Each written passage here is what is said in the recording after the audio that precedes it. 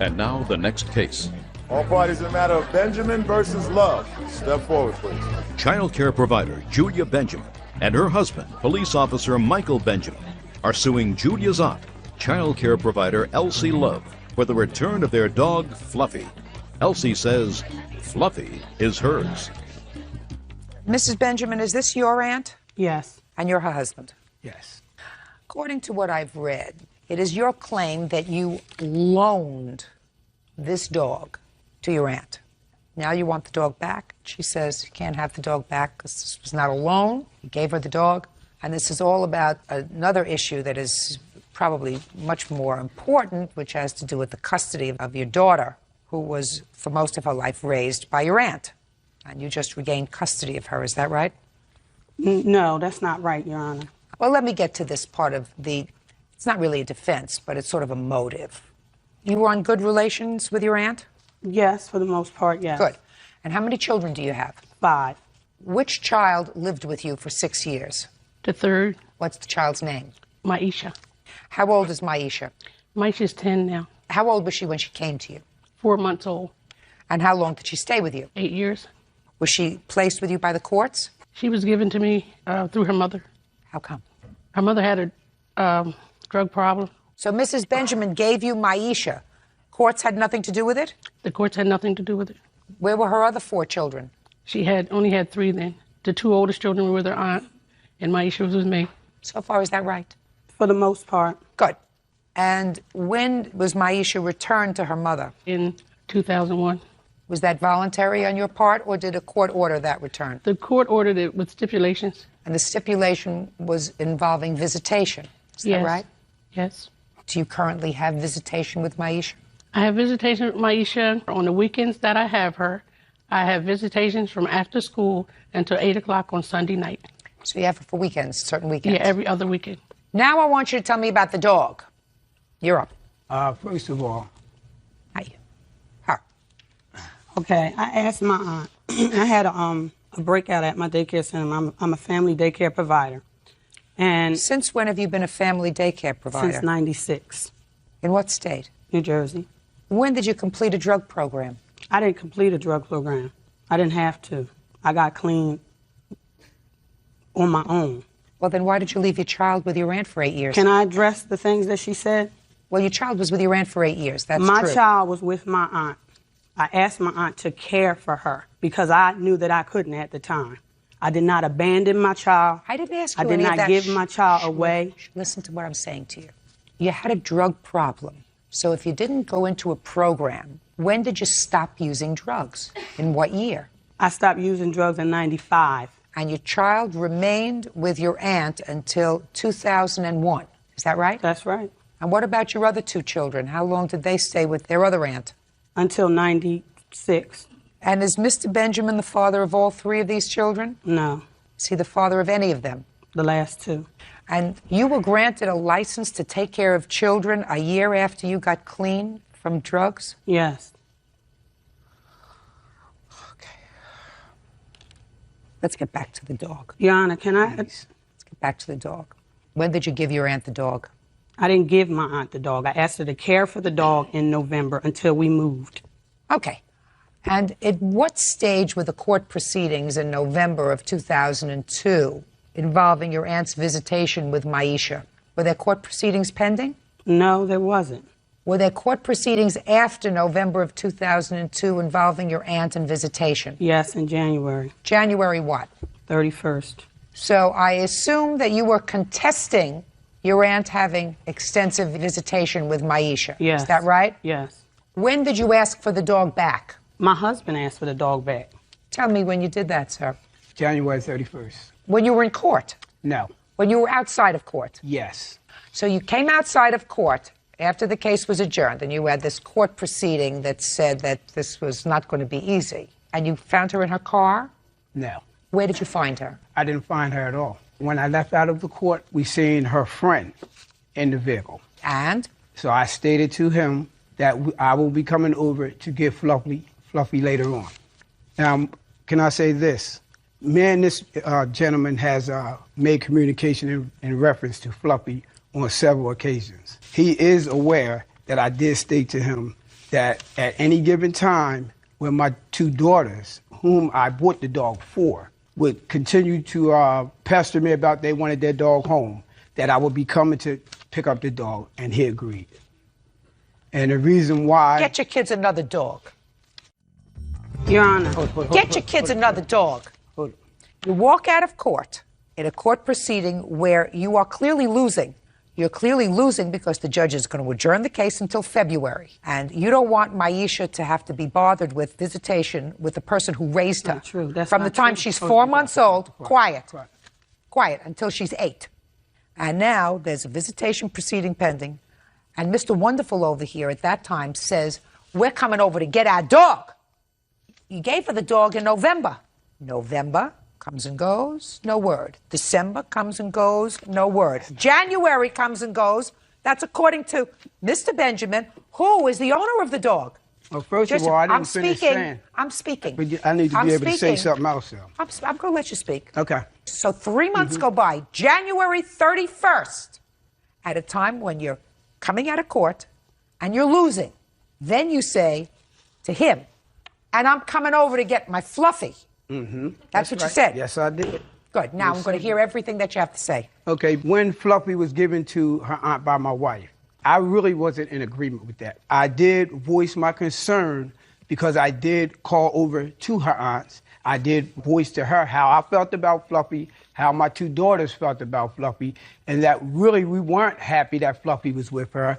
But at the same time, you know, if we could just come and visit Fluffy when we wanted to, and if she can bring Fluffy when she picks up Maisha so that he would continue to see us, then I was fine with that. And she agreed. And so therefore, actually, the dog was only brought to my home on one occasion by her boyfriend. Are we finished now? No, I'm not. And so actually, he never brought the dog again, so I made several phone calls and talked to the dog on the phone. That was my only communication with the dog. Did the dog answer you when they talked? Well, basically, I asked for a response from Maisha, who was there, and she said that he did the normal. He would wag his tail, and in other words, he identified my voice. Perfect. Your Honor. Yeah. Now, just a second. I want to be, you know, my middle name is Fair. Sure. So I want to be totally fair. Are you finished? Am I finished? Yes. Well, not really. Listen, Mr. Benjamin, I want you to be finished, sir, before I let Mrs. Benjamin speak. Well, one of the things I want to say is the aunt had been communicating through my wife, and I had been communicating through her boyfriend. For some reason, the aunt never communicated with me, and probably that's because she knows that she can't say anything to me, and I'm just going to say yes or whatever. But it's going to be a fully understood discussion about whatever the situation is so that we both could be on the same page, and that never happened. Are we finished now? Okay, yeah, I'm finished from that point on, yes. Mark that down. He's finished. So noted. Mrs. Benjamin, I'm ready to hear you. Yes, Your Honor. When I asked my aunt to care for my daughter, I got off of drugs a year after that. It took me an additional year to find housing. When I found housing in 1995, I began asking her to let my daughter come home. She told me no. She needed more time. She was attached. Please don't do this. This is going to kill me. That went on for 4 years. Out of sympathy for her feelings, my daughter stayed there. Any family member? What? Miss Benjamin, Miss Benjamin, you're getting yourself in a very bad spot right now. I never wanted to go to court. I wanted to explain something. You're getting yourself into a very bad spot with me and with everybody else who has ever had a child out there. Because if what you said was you let your child live with your aunt because you felt sorry for your aunt. That's not what I'm saying. Then you know how to find the courthouse. If what you're telling me is that you were clean within a year and you let your child stay there because you didn't know what else to do, I don't buy it. No, that's not what I'm saying. Let's get to the dog. Okay. Well, all right, because there is no excuse. If what you're telling me is you were my clean, daughter could have been home. She didn't want to give her back. Then you got to. She never wanted to give her back. Miss Benjamin, that's why we went to court. Mrs. She Benjamin, doesn't want to give are the you dog listening back. to me? My mouth is moving. Okay. My mouth is moving. If you're a mother and you wake up in the morning and you go into the child's bedroom and the child isn't there, you know, will you listen to me carefully? Nice. Then you walk inside to the courthouse and you say, I want my child back. You know what? Let's God get to the dog. knows. Let's Just get listen. to the dog. God knows, God knows, God knows, God knows, God Let's knows. get to the He's dog. the ultimate judge. Let's get to the He's dog. the ultimate judge. I didn't even want to come here. Good. I didn't even want to come Good. here. I Perfect. didn't even Case want to is come dismissed. here. Thank you very much. Goodbye. I didn't even want to come here. Keep the dog. Excuse me, step out. I kept this dog. I trained this dog. God still has the glory, and I just want to say that. It needs affection. I gave the dog affection just like I gave her a child. I want to say this. I've been clean. God delivered me. He set me free. The whole issue is about Maisha, and since they lost the court case, then they went after the dog. And now the next case. All parties in the matter of Scarfuto versus Mahoney, step forward.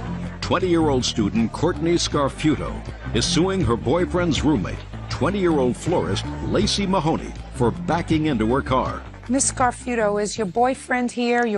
Where is he? He's right here. Was this your roommate? Yes, ma'am. Is he still your roommate? Yes.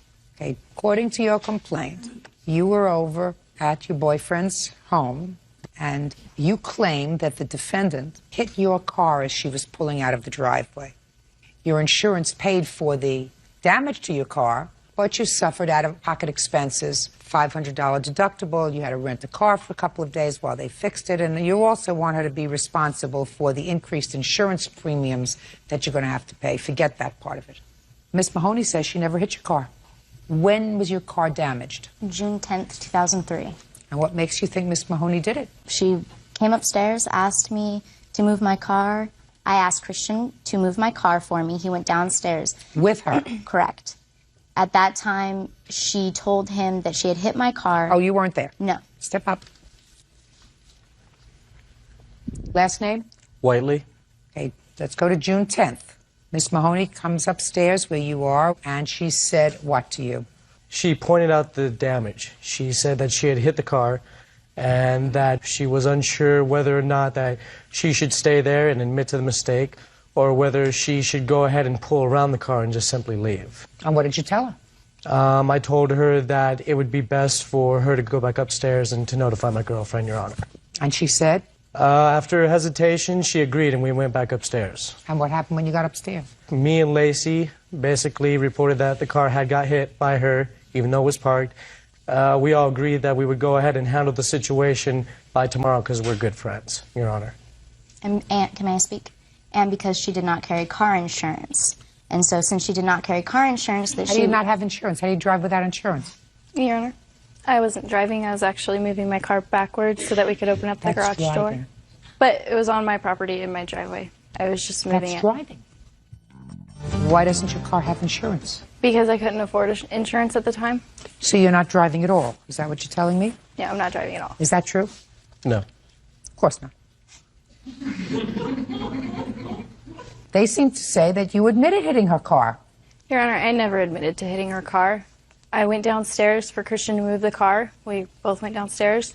And he noticed the dent and asked if I had done it, and I said no. We went back upstairs, and he told her that there was a dent in her car, and nothing was said for the rest of the night.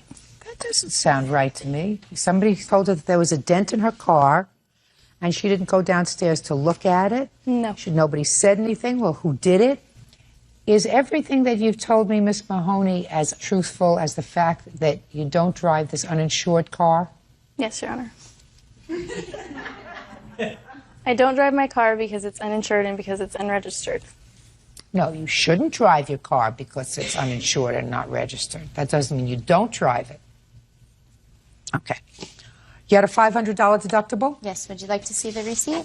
You have any other witnesses that you want Yes, to hear? I do. I have Mr. Nicholas Scandalius. He actually heard her say, he was in the room with both Christian and I. Oh, step up. And she actually came up and said, I hit your car. Are you another roommate? No, I'm a very close friend of Mr. Whiteley's. I'm his best friend. I happened to be there at the night that the incident occurred. Tell me what you remember. All three of us were hanging out upstairs. Courtney asked Christian to move the car so Lacey could back out and leave. They both went down. Back out and leave. Where was she going? I have no idea. Do you know where she was going? I believe that she was just going to go to Huntington Beach like usual. Go ahead. So they both went downstairs to move the cars and whatnot. Lacey's car was directly in front of Miss Scarfuto's car in a driveway, so there's no way she could have left to right or anything. They promptly both came back upstairs very quickly, and Lacey said, "Oh my God, Courtney, I hit your car." I walked over to the windows. I saw a little dent in the hood, and Lacey's car was still behind Miss Scarfuto's car. That's what I saw, Your Honor. Okay, thank you. Sit down. I see the deductible, please, and the damage to the car. And then these photographs are Lacey's car with the spare tire, which damaged my hood. Pictures of my hood with the imprint of her spare tire, as well as the driveway.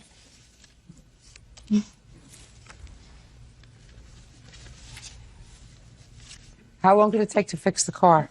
It took 10 days times $23.99. So between the $500 deductible and the rental car for the days that it took to fix your car, it was $922. What else? I'm requesting the money that the insurance paid as well, because I do not believe that Lacey should benefit from the insurance that I pay every month. Baloney. Okay. That's what insurance is for. Ms. Scarfuto. What? I didn't hit the car. Yes, and you did. honestly, Yes, you did. no. You didn't hit the car, and you weren't going to leave in your car. No, I was You were not. just moving it. No. And I you believe, haven't, and you don't drive your car ever no. because it's not registered and you have no insurance. Yes. I don't believe you. Can you think of any reason why these two people and this gentleman would lie? Courtney has been jealous of me and Christian's I don't want to hear relationship. her jealous. Him. Because Explain that to me. Christian is Courtney's boyfriend. Right. And Courtney throws a fit when she doesn't get her way. And what about him? Nick is Christian's best friend. And So everybody's ganging up against you. Yeah. Sorry. Judgment for the plaintiff in the amount of $922. Thank you. That's all. Step out. Please excuse. You may step out. I think she got it hit before she came over and then blamed it on me. I think that that's ridiculous, and I don't think I'm going to waste my time and my money to come to something like this if I was lying. She's a really jealous person, and she screams and throws fits and cries all night when she doesn't get her way. I think that she's just trying to get out of it. She's just crazy. I'm glad it's done, and like Rodney King said, can't we all just get along? And now the next case. All parties in the matter of Thomas versus Wharton. Step forward, please. 21-year-old dispatcher Nicolette Thomas is suing 21-year-old auto detailer Anthony Wharton for an unpaid loan to buy a car. Miss Thomas, you claim a loan to the defendant in the amount of $1,300 for an old car. Yes. But it was a new car to him. Right. Why would you loan him $1,300? He was my boyfriend, and we had been dating off and on for about a year. And I got my income tax money, and I was going to get a new car, but we couldn't share cars because Were we you worked living different together? hours. Yes, we were living You together. were living together? Yes, we were. Go ahead.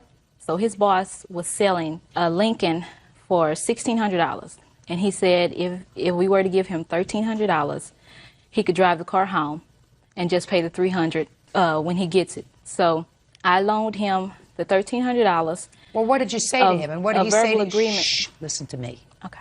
He came home and said to you, my boss has a car that he's selling. Yes, and he wanted me to get the car. I didn't want that car. I wanted a new car. I said, well, I can't give you $1,300. I can loan you $1,300, and you have to pay me back little by little. Is that what happened? No, ma'am. I didn't think so. Go ahead. Your Honor, Nicholas took me through so much. Listen to me. I have a short life. I'm not interested in what Nicolette has taken you through. I'm interested in the $1,300 for the car. Get to it. The $1,300 is right here. I put $1,000 down. She gave me, and we paid $300 for the payment. That's the $1,300. Did she drive the car now? That's the Dodge. Just a second. We're talking about the Lincoln. We're talking about a 1997 Lincoln. I paid cash for my car. Mr. Warden, if you're going to be a liar, I'm not going to listen to you. I read your answer, sir. Your answer says that you took $1,300 from her, but it was a gift. Yes, ma'am. And now your other story is that you gave the money. It wasn't her money. She never gave me any loan. I never said that. The money she's talking about is right here. Mr. Warden, you're really going to irritate me. And Byrd doesn't like it when people irritate me because he doesn't like my reaction when people irritate me. But I can't stand people who lie to me because they think I'm stupid. That irritates me. And then I tend to explode. Now, you don't want me to explode with you, right? You say in your answer, and I'm paraphrasing, she gave me the money because I spent plenty of money on her while we were together. That's what you said in your answer. That's what you swore to in your answer. Want to show this to Mr. Genius over there and ask him if that's his signature? that your signature, sir? Yes, ma'am. I'm sorry. Try to hold it together. I understand. Do you understand? Can't always do it. All right. Now, you want to start this all over again? Yes, ma'am. Your boss was selling his car. You came home and you said to Miss Thomas, what? I'm going to purchase a car from my boss. Good. And she said to you what? That she needed a car also. And you said what? That we would finance one, a brand new car for her. And you would pay cash for yours. Yes, ma'am. Where did you get the cash from? My job. That's not what you said here in your answer, Mr. Warden. She gave me money on several occasions, but it had nothing to do with a car or anything. We gave each other money. Well, what did she give you money for at about the time that you bought the car? Around that time, we were hurting because I was purchasing my car and she was purchasing hers. We did not loan each other anything. I didn't ask you whether it was a loan, sir. I said, how much money did she give you at around the time that you purchased the car? Not a cent. Oh, you two people really deserve each other. You're a liar. You can't follow your own storyline in your head. You said we gave each other money back and forth, and by the time I was financing the car, I was really strapped for money. So I said, how much money did she give you? About that time, you said nothing. You are better off without him. Because he's the kind of guy that will continue to lie to you, but will always be tripping over his tie because he doesn't remember 1 minute to the next what story he's telling you. Do you understand? But this was not a loan. You never made him a loan. You gave him the money. Now, you have this new car that you financed? Yes, ma'am. And it's financed in whose name? Both of ours. So he's also responsible for it? Right. Sounds perfect to me. Your case is dismissed. That's all. Parties are excused. You may step out. I'm happy with everything. It was dismissed. I'm ready to go on with my life.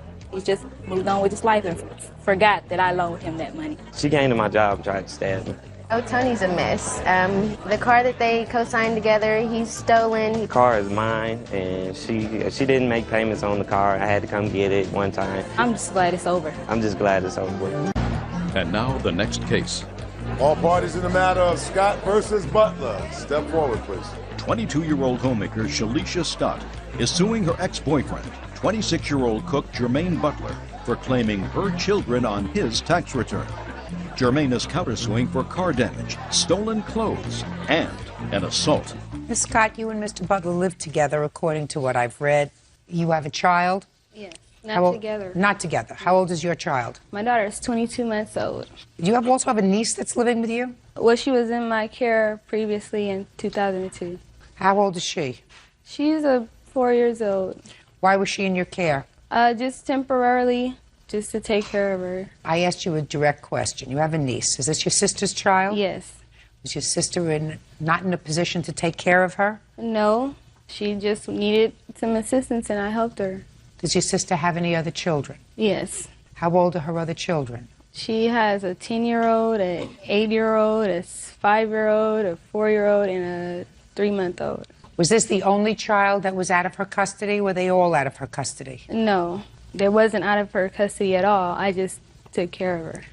Miss Scott, according to your complaint, you lived with him, stopped living together. When he left, he took a computer and he took a car. Yes. You want the computer back and you want the car back. Yes. Those items, you say, were purchased with money that he received from his tax returns. You say he received that money from his tax returns because you allowed him to take your daughter and your niece as dependents on his tax returns.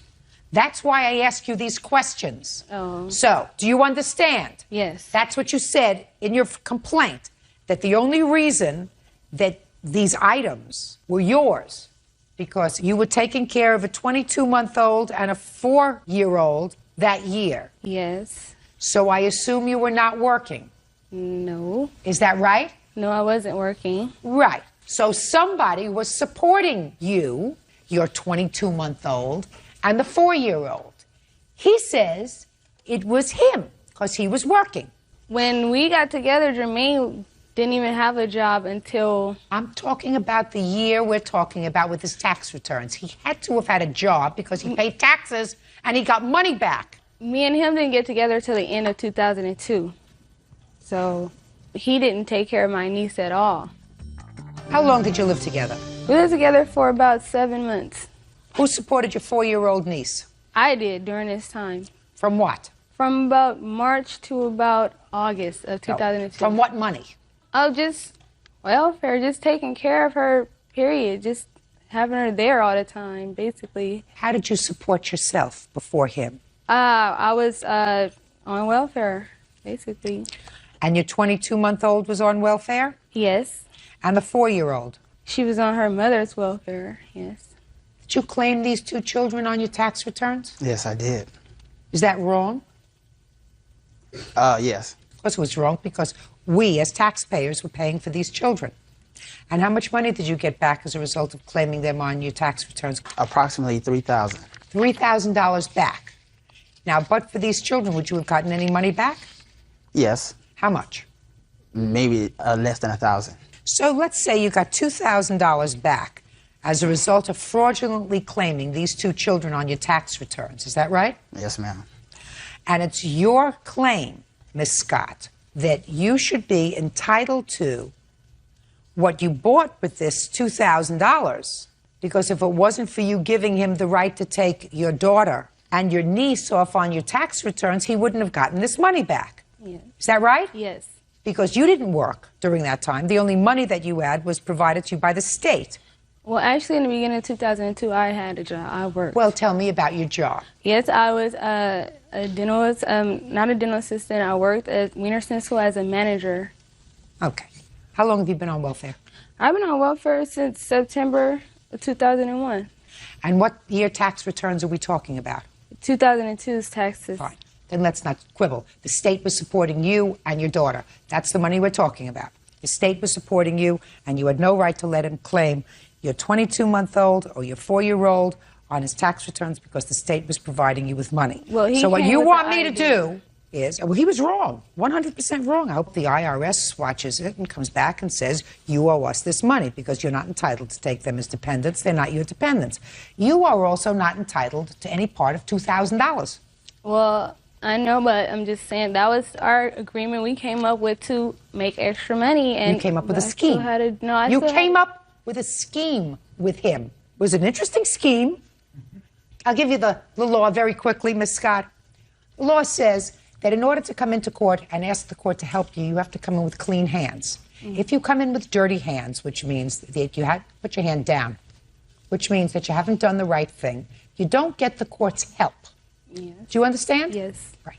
You and he came up with a scheme, and the scheme was to get money back from the government that you didn't deserve, because the government was supporting you, your daughter, and your niece, and as a result of your scheme with him, he got back an extra $2,000. And then you were going to split the proceeds. That's the agreement that you made with him. And your complaint is that he reneged on the agreement because with that money he bought a car, and he bought a computer, and when he left, he took everything back with him. No, we were in a relationship. So everything that was bought, we bought together. Jermaine was homeless before I met him, so I brought him in thinking that he was going to be an idle husband or a future husband because we were talking about getting married and everything. And I thought that we were going to build on something, but he decided after I became pregnant, everything started getting bad. And he decided to leave. Your whole story. Listen to me carefully. I'm just saying. Listen to me carefully. You're not his wife. You are legally nothing to him. Who are you? I'm her brother. I don't want to hear from you. Let me think that at least one member of your family was not absent when they gave out the noodle department, okay? Do you understand? She doesn't get it. Your case is dismissed. You have absolutely no cause of action. You did the wrong thing by permitting him to take 2 people as dependents who were not his dependents. He did the wrong thing. I'm speaking. He did the wrong thing. He ended up with a computer and, according to you, a car that he bought. For me. That was my car. That he bought partially from tax return refunds that he shouldn't have gotten. And the IRS may come back and get him. I don't know that.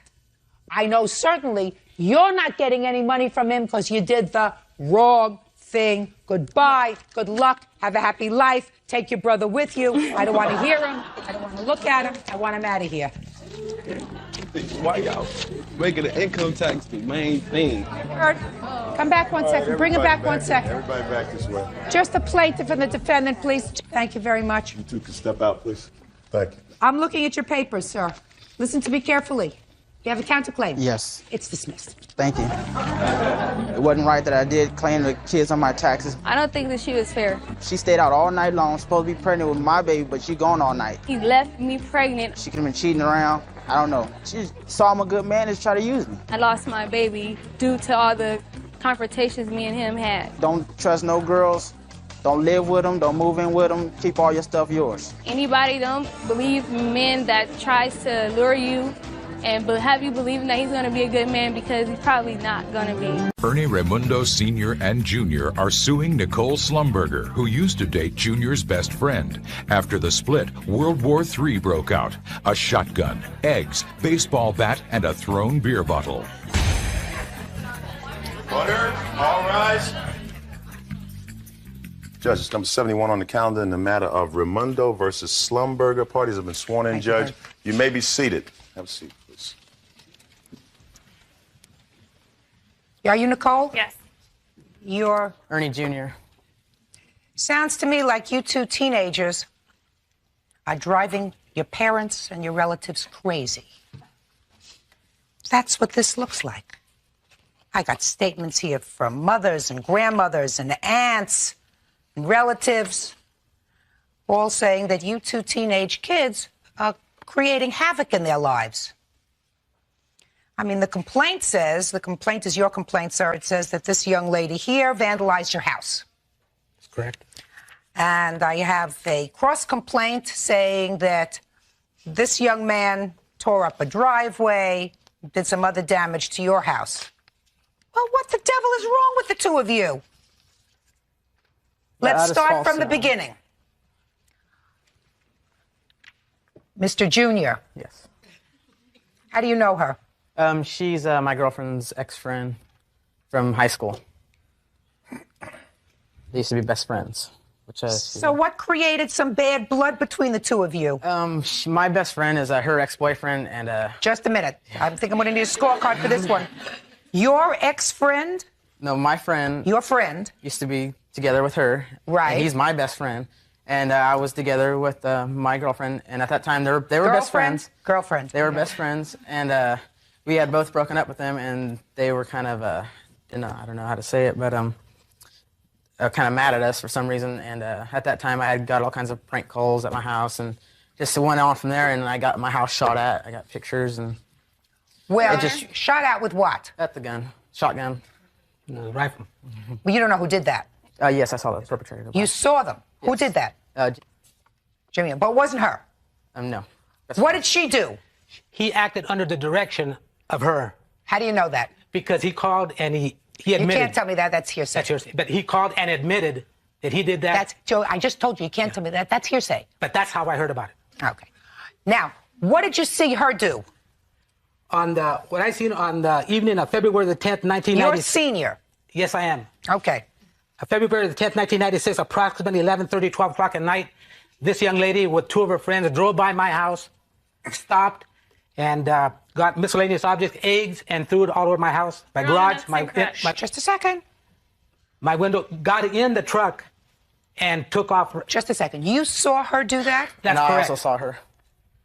And my wife also saw her. Step up here. You are? Rosemary Raimundo. I'm his wife and my son. And I did see her that night. It was about 12 o'clock, 1 o'clock, because we have a glass window. We have flat lights. She was hanging out from the pickup, throwing eggs at our house. Your Honor, that is And this continued the next day, throwing eggs out of my friend Nancy's car, too. She was surrounded by her. Let's start with February of 96. Excuse me. There's two other girls that were in this truck, and they haven't even brought them into this. I don't care about the two other girls. Listen to me. You're her mother? Mm-hmm. What's your last name? Lee. Miss Lee, let's stop. We're not going to make any excuses here for our children. All right? If your children are acting badly, I don't care if there were 24 other children acting badly in the community. We're talking about your child acting badly. So don't make excuses. Now, You're Nicole, right? Mm-hmm. Why did you throw things at their house in February? I didn't throw things at their house in February. We went out that night and we got eggs thrown at the truck that we were in by Ernie Jr. And then after we were out, we went by my mom's, and as we were leaving, Ernie chased us and blocked us off and busted out the window with a baseball bat of the truck that we were in. Nicole. This is before. I'm sorry. Just a second. Nicole, I don't believe that you didn't throw things at their house. Your Honor, I did not throw anything at their house. Were you with some girls in your truck that threw things at their house? Not that I'm aware of. If they Even your mother, who said, where are the other two girls? Well, I don't know that they did it, but I'm just saying there's two other girls Let me involved. explain something to you. I know that they did it. Well, I'm just saying there's two other girls I know that they did it, and I wasn't even there. And I just met you. So you were driving around that night. I wasn't driving. And you got eggs thrown at your truck. That's what you just told me. You were driving around. I wasn't driving. Somebody else was driving. You were in the truck, and you got eggs thrown at your truck, and you did nothing in retaliation. Exactly. You did nothing. No. Oh, please. Did you throw any eggs at their truck? Oh, yes, I did. Why? Because they had threw a soda in my girlfriend's car. All right. So they threw a soda at your girlfriend's car. Mr. Senior, do you understand where I'm getting at? Absolutely. Okay. They threw a soda at the girlfriend's car. He, in retaliation, threw eggs at her truck. She, in retaliation, threw eggs at your house. Right? Now, you get into your truck. Yes. After you see her throwing eggs and other refuse at your house, and you take off after her. Mm-hmm. And what happened? I saw her at the corner, and they began to speed away from me, and it just resulted in a chase. And I finally caught up to him, and I pulled him over, and I got out, and I wanted to find out who were the other two people in the vehicle. And I got out with a bat because I didn't know what I was up against. And I found out that it was just her, Jamie Bowen, and another girl named Vicky. And they had took off real fast and peeled out, and I had swung the bat and broke their window. Okay, so now she threw a bottle at your girlfriend's car. You egged the truck she was driving in. She came and vandalized your parents' house. You get into your truck, take off after them with a baseball bat, cut them off, and break the window in the truck. What's next? Guess what came before that? No, what's after that? Okay, on September of 1996, 96. In September of 96, this young lady with some of her friends were at a party. My son... Were you there? No, I went over there to drop off... Were you there? I was there at the party to drop off the truck there so you can get a ride home. Okay, but you weren't there to tell me what happened. Yes, I was at a party on... Mr. Senior, you're not paying attention to me. I cannot take testimony from things that you did not actually witness. I haven't said anything I didn't witness. I just told you what I did, what I was doing. So you want to tell me something that happened? Exactly. Were you there in September? Yes, I was. September. So you tell me what happened in September. September 27th, I was at a party, and I was there, she was there, and my cousin was also there, and they were talking, and there was something premeditated. They were going to come up to me and jump me, which they did. And I got photographs here of a bottle thrown in my face. Just a minute. How did you know beforehand they were going to come up and jump you? My cousin, my witness. Judge Judy will continue in a moment. Ernie Raimundo Sr. and Jr. are suing Nicole Slumberger, who used to date Junior's best friend. After the split, World War III broke out. A shotgun, eggs, baseball bat, and a thrown beer bottle. Step over there, please. Oh. I am friends with her friends. Only through school. Nothing between. Anyways, so they were there, and she was standing right by me, and she was talking, and she kept saying, well, where's Ernie? We're going to get him. Your Honor, we're going to go after him. Oh, my gosh. That's what you were saying. Nicole, I was standing right there, and she's just going on and just talking of all the things that they wanted to do. We're here to get Ernie. That we want is to find him. incorrect, Your Honor. This is all and a lie. she's telling me, and I'm like sitting there, this is my just cousin. a second. You're going to have, Nicole, listen to me. you're going to have a chance to tell me your side of the story. Do you understand? Yes. Go. So after that, I went and I told Ernie, I go, Ernie, you know, you should leave now. Or they're here and they want to start something with you. Leave. And he goes, no, I already saw Brian. He said things are cool. Nothing's wrong. I go, okay, but I'm warning you. I think they want to start stuff. That's when I was over there talking to him. We're about maybe 6 feet away. She started yelling they yelled Sabrina, and I turned around, and then they start yelling, is that Ernie? Is that Ernie Raimundo, the one we wanted to jump? And that's when things progressed from there, the bottle throwing, the scratches, everything. Okay. Sit down. You come over here, please. Now, tell me what happened. Yes, I got confronted by, which is the guy's truck. I broke his window out. And me and him were talking, and she was right beside us, antagonizing him to, you know, persuade him into fighting. Just tell me what she said. She was hysterically yelling, and I turned around, I looked at her, she threw a beer ball right at my face, which gave me 3 stitches, and I got photographs. If you'd like to see those. I'd like to submit them. I'd like to see them. And then after the bottle hit me, me and Brian began fighting, and we fell to the ground, and Brian had got on top of me. And at that point, I was holding him so he couldn't hit me. And at that time, I was getting kicked in the face by Nicole Slumberger and for about a minute or 2 minutes. Nicole, did you throw a bottle at him? I threw a can. I didn't have a bottle. Can. Well, now at least we're getting to the truth. Now, what happened immediately before you threw a can at him?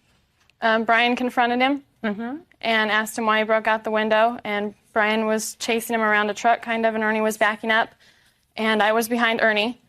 And then him and Brian started fighting.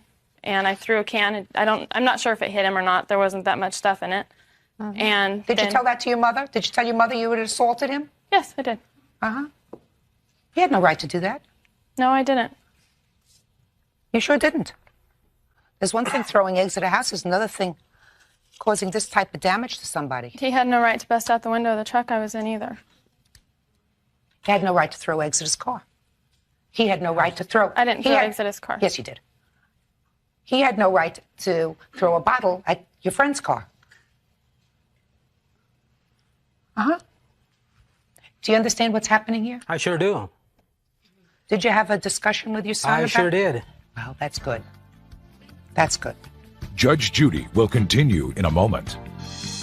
The two of them... Raimundo Sr. and Jr. are suing Nicole Slumberger, who used to date Jr.'s best friend. After the split, World War III broke out. A shotgun, eggs, baseball bat, and a thrown beer bottle. I'm going to resolve this case relatively quickly. Miss Lee, let's start with you first. Your daughter has not been doing the right thing. It's gone on over and over and over for like 3 to 4 years. It's gotten way out of hand. The truth of the matter is, with the kind of injuries that I see in these photographs, and I'm not talking about, what do you want to show me, a truck? These are pictures of stuff that they've done to my mom's property. I'm not talking about property. Okay. The two of them, I suspect, have been vandalizing what they may think is pranking property for a long time. I would add that this is not property that either one of you purchased. This is property that somebody else purchased. Because you two don't have the brains to have accumulated enough money to buy a car or a truck or a house or a driveway or anything else. So you two are acting like idiots, and your parents, grandparents, and anybody else's property that you're vandalizing is being forced to pay for it. That's not right. But this is a different story. This takes it out of the realm of even childishness. Because you could have been arrested for this. I'm surprised you weren't. She was. Oh. No, that's incorrect. She was not arrested. What happened? She's got two criminal complaints right now pending in Fresno County for miscellaneous vandalism and assault. It's unfortunate that this lawsuit does not encompass this assault. It will. Well, it doesn't, because I've read your papers and you are not suing for the assault. If you were suing for the assault, I guarantee you, your son would receive some measure of damages from this court in the civil action. Right now, you have a criminal action pending. But what?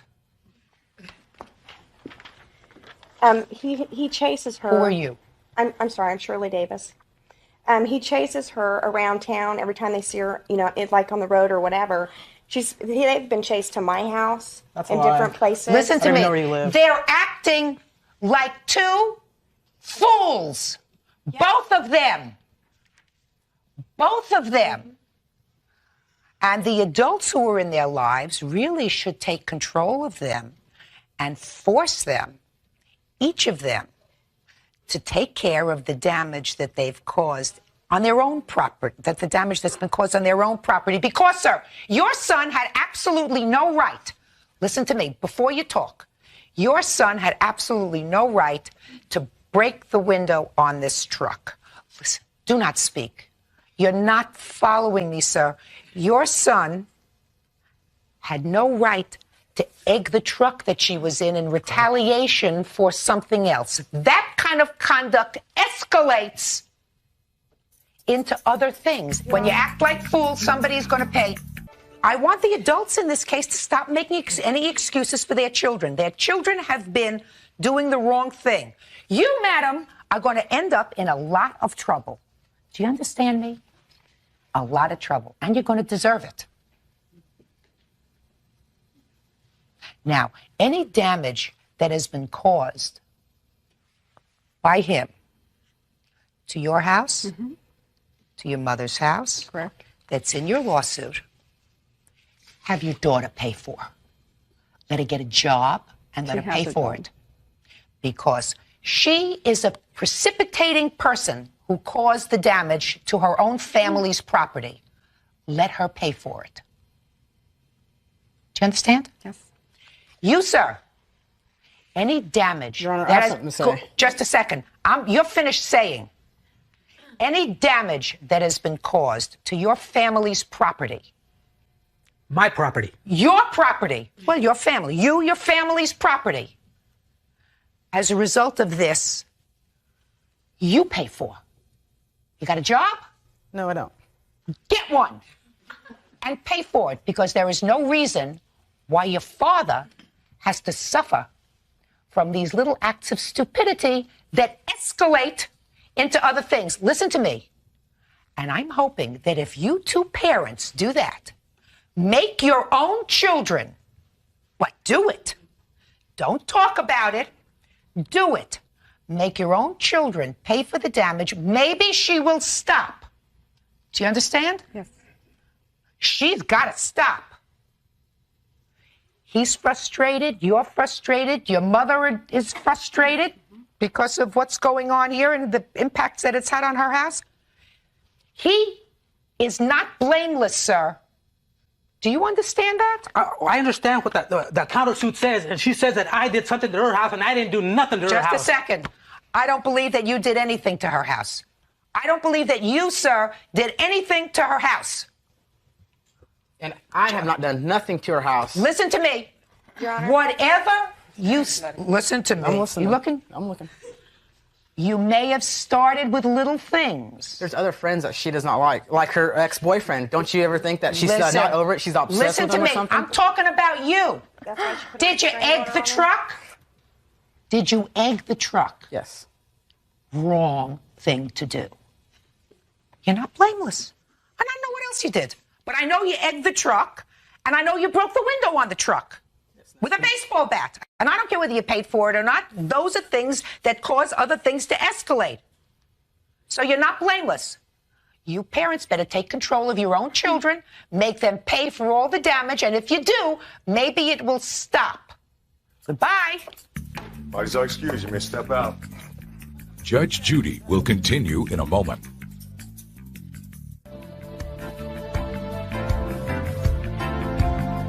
I have nothing to say anymore. I'm done. I just want all this to stop. I'm finished. She's 19 years old. She's a grown woman. And she should be responsible for her actions. If he does something wrong, he's going to pay for it. And I think that's the way everybody should be treated. She's nuts. She's crazy. I've had it up with her already. We drive by, she says a couple of words, sticks a finger out. I mean, it's not going to stop. That's how mental she is. And she needs help. And now, the next case. Parties on Ligon versus Anderson. Step forward, please. Dahl Linon bought 2 ostriches for $7,000 from Teresa Anderson. On the calendar in the matter of Ligon versus Anderson. Parties have been sworn in, Judge. You may be seated. I love it at my stage in life to still have firsts. So this case is a first. I assume you're going to tell me, Miss Ligon, why you bought 2 ostriches. Oh, to breed them, to make money. And according to your complaint, you bought 2 ostriches from the defendant's farm, and you paid $7,000 for the 2 ostriches, right? Well, I can't say I bought it from her. You bought it from? I didn't buy it from her. Who did you buy it from? I bought it from... Do you work for... Yes, I'm representing the ranch. You're representing the ranch. Who are you? I'm Teresa Anderson. I'm the manager of the ranch. Okay. So you bought it from their ranch. $7,000 for 2 ostriches, yes, including the cost insurance of and feeding. Feeding. What kind of insurance? In case that something happened to the bird, that I would get my money back. Where does it say that in your contract? Well, I don't know where it says that in the contract, but that's what it's all about. Agreements, I have them. May I see it, please? In any event, something happened to one of the birds. He said that it died. And you bought these birds, according to you, in May of 1996. May 15th, 1996. And when were you told that one of the birds died? November of 96. Had you been out to visit these birds? Yes, all the time when he would let me in there. So you would go out and look at them? Yeah, feed them lettuce and stuff like that. But she weren't there. Okay. Let me just take a look at this agreement. Thank you.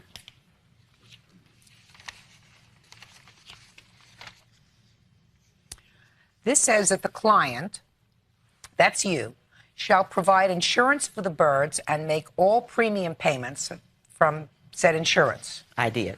Who did you purchase the insurance from? From him. It's an agreement that we have, or a guarantee that we have here, which I have. If I can also state to you, Your Honor. She paid an additional $950 for insurance. Let me see the insurance It's a guarantee agreement. that if anything happens to the bird, we replace the bird for the same age, same sex. Let me see.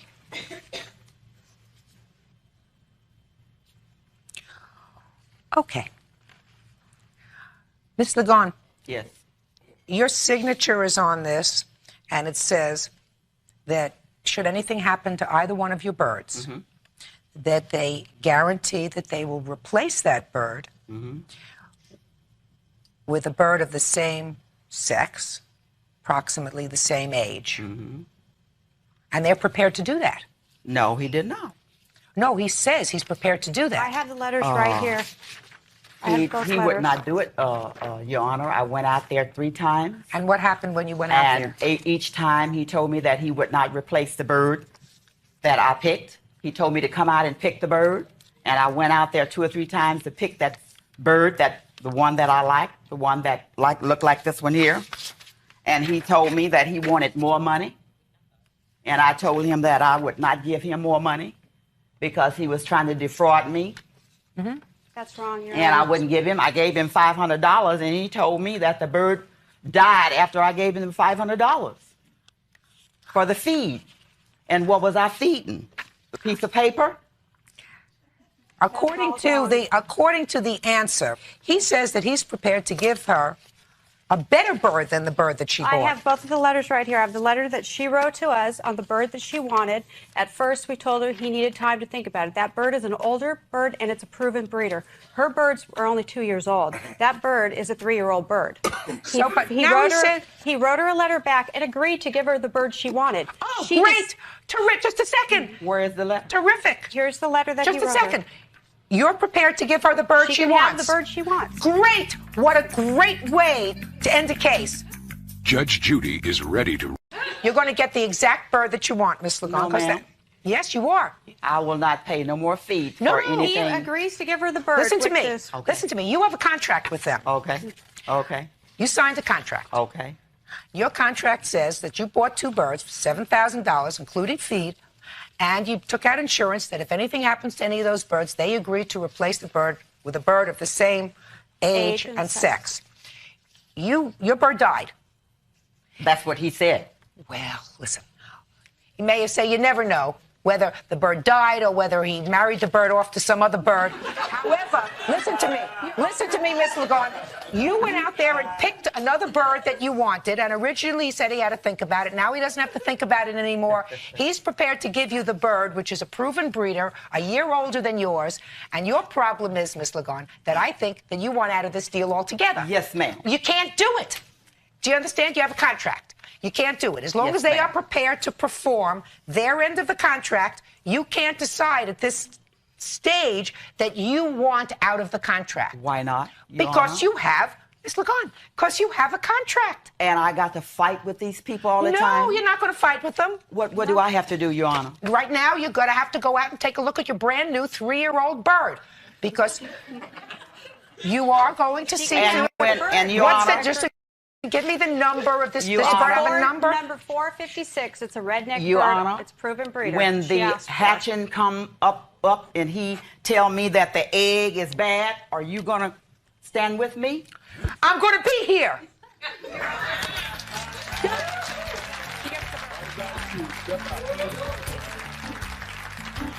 Judge Judy returns in a moment. The way they're supposed to be, she's getting exactly what she wants. So I am going to get 456, right? Yes, you are. And if I have any more problems, I'm going to take you to a higher court. Then you might as well start taking us to a higher court I if that's sure what you am. feel, because you're going to And change I your will mind not again. pay you no more You fee. keep changing your I won't mind. pay you no more From the very fee. beginning, the day she bought the birds, 2 weeks And later, don't she changed stop her mind. me no more. Don't come to my home again. Don't touch me. Don't stop me no more, okay? Turned into the odd couple. Now Dana is suing Nicole for not paying the rent. Order. All rise.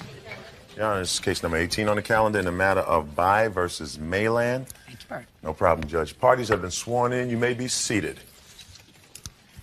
You know, if people stopped having roommates, we could probably close half the courts in this country.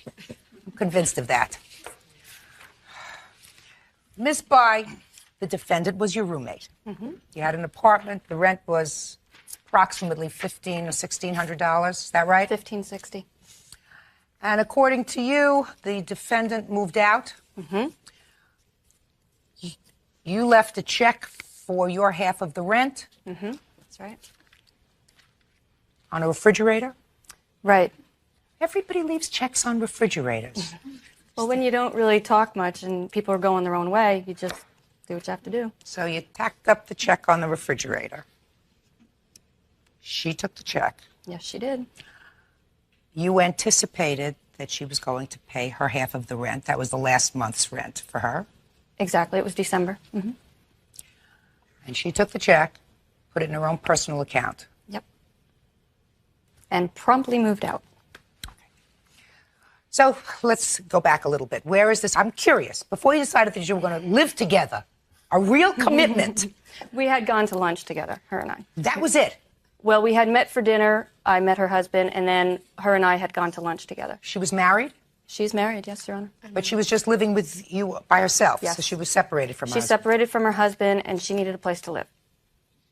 So you had a dinner and a lunch? Yes. And then decided to live together? Yes. Did you ever had a roommate before? I've had roommates for the past 12 years, Your Honor. I have never had a problem like I've had with her. That's why I've never been in court before. You're one of the lucky ones. So what happened? You moved in when? What month? We moved in August, and at that time she had a job, Your Honor, and she told me that it would be no problem paying the rent, her half of the rent. I knew how much money she made, and she had somebody that was going to secure the rent for her if she was not able to. And I thought about it, and I said, okay, as long as I know that this man is going to be paying your rent, no problem. Oh, the end of November, Your Honor, I went back east for Thanksgiving to be with my family, and I had left her the rent check. The rent is due on the 3rd. I came back on the 3rd. 3rd of December. 3rd of December, right, which was a Monday, I believe. So anyway, I left the rent check with Ron because Ron stayed at the apartment that weekend to watch my cats. Who's Ron? Ron is my boyfriend. Ron stayed there to watch the cats that weekend. Everything was cleared with Nicole prior to that. Everything was fine, no problem. He was then instructed by me back in New Jersey to give her the check on the 3rd so that way she could pay the rent. That was it. I got back. So Ron tacked it up on the refrigerator. That's right, on the 1st. Okay. So Ron did my duty about giving her the rent. She had the rent on time. And I do have a copy of the canceled check showing that she cashed the check on the date.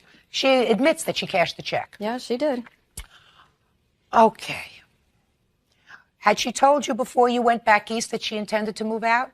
Yes, she did, Your Honor. And we had a long conversation about it. And I told her I had no problem with it. It's probably a great idea. But I would like at least 30 days notice from you. And then at that point, you know, you're on your own. Whatever you want to do is fine. And she promised at that point to pay December's rent. So I was going on the premise. I give her my half of the rent since I'm not in town. She's going to pay the rent. She was going to move out on the 20th. Yeah, and then she told me... Shout out here. Okay. Yeah, that's true. She did say that she was going to move out around the 20th of December. When I did return from Thanksgiving on Monday evening, I spoke with her in the kitchen, point blank, and I asked her if the rent was paid, and she said yes. The next evening, which was a Tuesday, I believe it was the 4th, I was at work until about 8 o'clock. Ron happened to be at the house. She was moving her things out. So she just wanted to get out of that house very quickly without having me around. Now, you're suing her for $2,959. That's right, Your Honor. I have an itemization right here of all the fees. This is my half of the rent that she stole, her half of the rent for December that she decided not to pay. There were 2 bills for November, Your Honor, that had not come in the mail yet, that she just took off and did not pay those. There are numerous videos that are missing, plus CDs that she has told me that are at a certain person's house, but she did not get them back. They were not hers to lend out outside of that house. She charged me twice, Your Honor, for a cable bill, of which I had paid, and I have proof that I had paid it prior to, and she took it out of my rent that she took. Damages, when I had called her a week after she moved, and I said, Nicole, when are you coming back to clean this apartment? She said, with this little snotty remark, that it's not that dirty, you can clean it yourself. And I thought, no, this is not what we were supposed to be doing. We were supposed to be coming back and cleaning this apartment. That was the agreement we had. Why was the apartment dirty? The apartment was not dirty.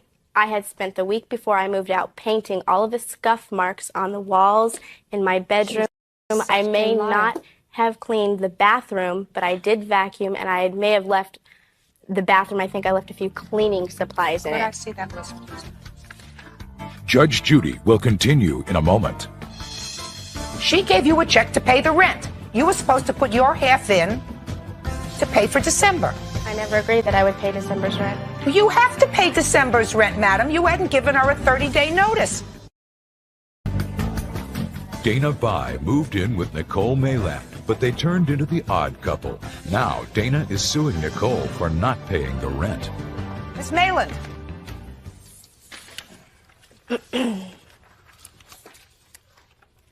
Why did you take her half of the rent?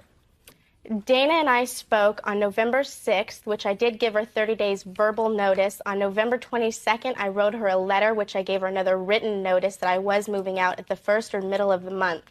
We both agreed. You spoke to her, according to you, on November the 6th. November the 6th, I spoke to her. I was at home. It was a Wednesday. She left a message on our answering machine at home. Call me. We need to talk. This is after she left. In October, she failed to let you know that she was late on the rent. No, I was not, Your Honor.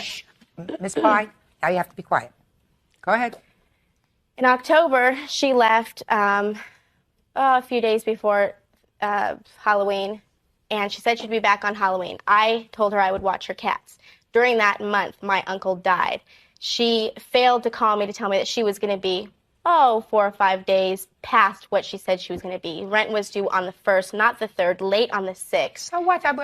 Listen, don't make a lot of excuses to me. You took the check for $751. I sure did. I told her Just a second.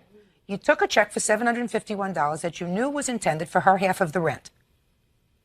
Why did you do that? Because she owed me for my moving out costs. What moving out costs? For the moving in costs. She told me, let me know when you're moving out because I've got somebody to move in, and I will give you back your deposits. The deposits we paid on the apartment in the beginning for the gate keys, the house keys, the keys to get in, and the deposit that you pay to move into any apartment. She said, you move out, I'll give you your deposits back. Yeah. When So just a second. So just a second. So she said to you, when you move out, right, and you hadn't yet given her a date on this beginning of November date, November 6th. You didn't say, I'm moving out on the 3rd, I'm moving out on the 4th or the 5th. I said the first week of December or the middle of December. She said, let me know if it's first the middle. first week or the middle, madam, does not give her an opportunity to get another roommate for the month of December. That's unreasonable on your part. You understand that? I understand that. My second problem with what you did was her check was intended to pay her half of the rent. Right? Correct. You appropriated that check. You, in fact, stole that check by taking it and depositing it in your account and saying, well, I'm going to take out what I think she owes me. Mm-hmm. And you kept the rest. And I gave her a cashier's check for the difference. Well, you know, she's not related to you. You can't just tell her what she's going to do with her money. She gave you a check to pay the rent. You were supposed to put your half in to pay for December. I never agreed that I would pay December's rent. You have to pay December's rent, madam. You hadn't given her a 30-day notice.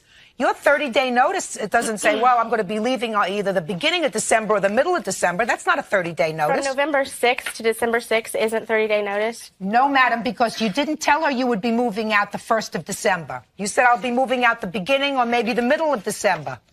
Because under your scenario, Miss Mayland, she's going to get stuck with December's rent. That's what she did. And something that you obligated yourself to take care of. Judge Judy will continue in a moment. Dana Bai moved in with Nicole Mayland, but they turned into the odd couple. Now Dana is suing Nicole for not paying the rent. Now, so clearly you are obligated to give her not only her $751 back, but your $751 for your half of December's rent. Now, what about I'm sorry, excuse me. Is that minus the money I already gave her back? The $300 and... Did you cash $53.84? $353.84. Okay. From her $751. And you deposited that check? Yes, I did, Your Honor. Great. Absolutely. That's deducted.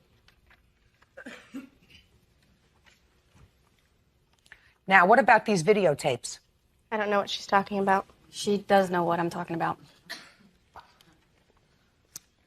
Dana has a lot. Up in the loft, she had a lot of boxes filled with a lot of things. I don't touch her stuff. I made it a point not to go in her room. You mean you never had a conversation with her that you would lend some of these tapes to some people? I asked her if I could borrow a tape for my sister. One tape. Yes. Keep going. And I brought it back. That's it. That is it. Anything that I had was there. As a matter of fact, she still has some of my things. I don't have anything of hers, Your Honor. My leather chair. Just a second. No, you left it in the loft, Nicole, because you didn't want to take it with you. Just a second. You left it for me Whatever to you get out of the loft. If you moved out and if you didn't want to take a piece of furniture, you just left it there. You should have just taken it out and put it outside. Well, I wasn't going to go back to that house after Ron had called my work threatening to kill me and you moved Dana out, doing all this other kind of stuff. Without the piece of furniture, clearly indicating to me, Miss Mayland, that you didn't want it. If you would wanted it, you would have taken it out. Especially if you were leaving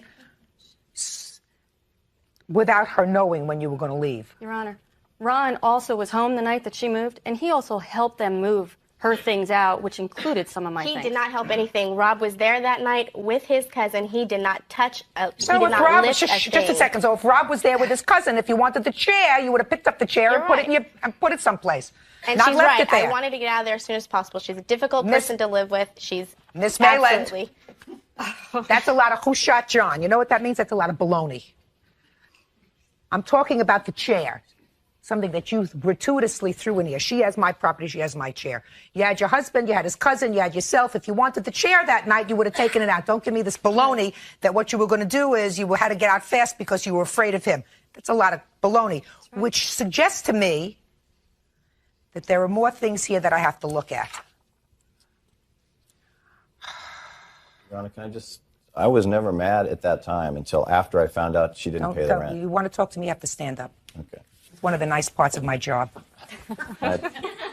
Step up here. I wasn't angry with her because I didn't know that these things were going on. I was so stupid that I was helping them move stuff in the hallway, not knowing that they, first of all, hadn't paid the rent money. We didn't find out until the 10th because Dana had to call to try and change the locks, and the leasing office at that time told us that the rent hadn't been paid, they can't change the locks. That's when I became angry. And yes, I was upset. You did call my work. I did. I said hi. You did threaten a lot of people in my work Oh, I and didn't me. threaten your work, Nicole. I just said hi. And I wanted to know how your don't day talk was to going. each other. Listen to me. Look, I'm looking at a lot of these things, Miss Bai. I'm looking at a lot of these things, and some things I'm not even going to consider. You want half of the rent for January?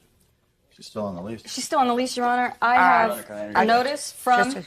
I want to show this to the court. No. This is a notice that her and I had both gone down and signed to release her from the lease. It was rejected by the office because the rent was not paid, and she is on that lease. That's rejected by the leasing office, not you. Listen to me. What? All right, go ahead. Listen to me.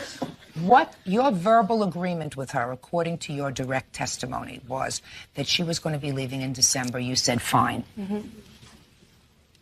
So that's what I'm considering. You don't keep adding on. I am enforcing the verbal agreement that you had with her, which is that she was going to move out, and you said fine. But she is obligated, clearly, for December's rent. Judge Judy will continue in a moment. Because who are you? You're the I'm her husband. husband, yes. Do you living together now? Yes. Okay. What'd you do? Have a fight? Actually, we got separated for a while, You had a fight. basically. Go ahead. Okay. When she gave her the verbal agreement or the verbal announcement that she was leaving on the 6th of November. She didn't give her a verbal announcement she was leaving on the 6th, sir. She did not. Okay, well, she didn't give her a definite date. That's what I'm trying to say. Right. So don't give me a lot of baloney. Too smart. Go ahead. You know what? But when she went in on the 6th of December to go and sign this, she knew what she was doing when she did it. Who Miss knew? Bai did. She knows. How did you know what she knew? You inside her head? No, I'm not saying that, Your Honor, but she signed the paper agreeing to the releasing of her of any obligation to the rent. What are we talking about now? We're talking about December or January? December. Shh, shh. I'm talking December to him. and January, Your Honor. Sit down. Sit down. Look, it was a bad experience. Your Honor, can I say something? Yeah, please? sure. Because of what she did, I had tickets to go home for Christmas for 2 weeks to be with my family. Because of what she did, I had to come up with $1,800 to pay for the rent to cover her little fiasco that she decided to pull. And because of that, I could not go home. There were costs that I had put out that I was not allowed to take. I wasn't allowed to have a Christmas this year, Your Honor, What because about of her. the death of my uncle that I did not get to go to his funeral because I had to Nicole, take care of your died cat? like 2 weeks before. He did Please. not. He died the day God. after. Such a liar. You Listen wanna to check me the if you're going to papers? fight. I don't have to. Order. Please. Listen. Tell me when my uncle died. Listen. Stop making excuses for yourself. You did the wrong thing. I realize You did the wrong thing. Well, I'm trying to impress that on you. So stop fighting with her. You're not going to get all of the expenses that you incurred as a result of her paying her rent late. You lost a Christmas. You didn't go to the theater. You're not going to get all that. You're going to get the basics of what she owes you. What was the late fee that was charged? Your Honor, I put it on there. There was an attorney charge. There was a late fee as well. Let me find it. There's a late fee of 10%. That's in our contract. $156. Want to give her a copy? All right. It's $156. And attorney's fees. What were the attorney's fees for? That was the legal fees that they charged me for the eviction proceedings that they started because it was late and I couldn't get the money together to come up with December rent. Did you, in fact, pay that $175? Yes, I did. I have a copy of a cashier's check for $1,891 that I had to come in with to bring the rent current. Got it. Okay, I'm giving you credit for the $353 that you did, in fact, Thank you. give her. That brings the total with both the attorney's fees and your late charges. I'm going to get this right, Byrd. I am absolutely going to get this right. Let me see it first. Okay, this is the rent. These are the late fees. This is deducted. This is the late fee. Correct. Is that the answer? Absolutely. $1,538. That's all. All right, so For the excuse plaintiff. me, may step out. Judge Judy will be right back. She lied about everything. Every single thing. She did not give a notice. She knew exactly what she was doing. She's a very deceitful little 20-year-old. I mean, she had a sugar daddy that was paying her rent, and, you know, and that's where all my videos and everything. That's why she was separated. She's a drunk. I don't pay attention to anything that she says. She's a drunk. She was drunk every night when I came home. She lies about everything. She was confused about the bills every day. You never came home. You were always sleeping around. I don't care. You didn't come home. I really You know don't you care. want to It's attack over my with. integrity? Yeah, I'll tell you, wanna Ron, do that? your integrity Hey, should you be can come shook, do it buddy. right now. You want to threaten my wife? Come and do it I'm here, not dude. threatening your wife. I'm Hey, telling you how called, dude. foolish you You were. want to do it? You Dude. called. You called. I didn't All right? call. You called. You man. You want called. to threaten someone? You Come and threaten called. someone. You know it. I have That's what witnesses. you're talking about. You Okay, called. that. Anyone, I made that anyone call. outside, buddy. Let's go. An angry bride. She says Monique Bray organized her Las Vegas wedding and not only got the names wrong, she ran out of food. Order. All rise. Your Honor, number 7 on the calendar in the matter of Jackson versus Bray. Parties have been sworn in. Judge, you may be seated. Have a seat, please. Mrs. Jackson, you and your then fiance, is that you? Yes, Timothy. Is that your lunch? No, It's flowers. flowers. You and your then fiance were planning a wedding. You decided to plan a wedding in Las Vegas. You planned the wedding. The cost was $1,250.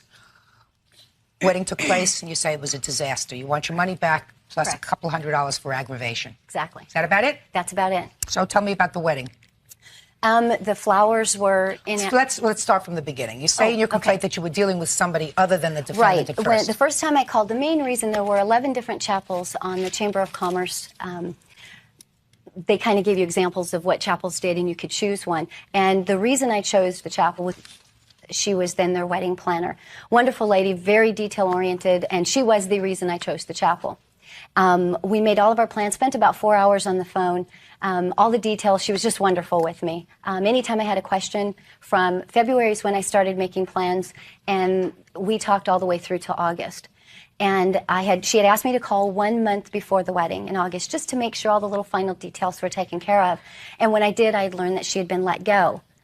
And I spoke then with Monique, who couldn't find any of my paperwork. Who was Monique? Monique Bray. Okay. Couldn't find any of my paperwork, had no record, and said the day was booked. And I said, well, I've already paid deposits. We were supposed to be part of that day. And she said to give her some time, she'd find it, that Linda James had taken it when she had left.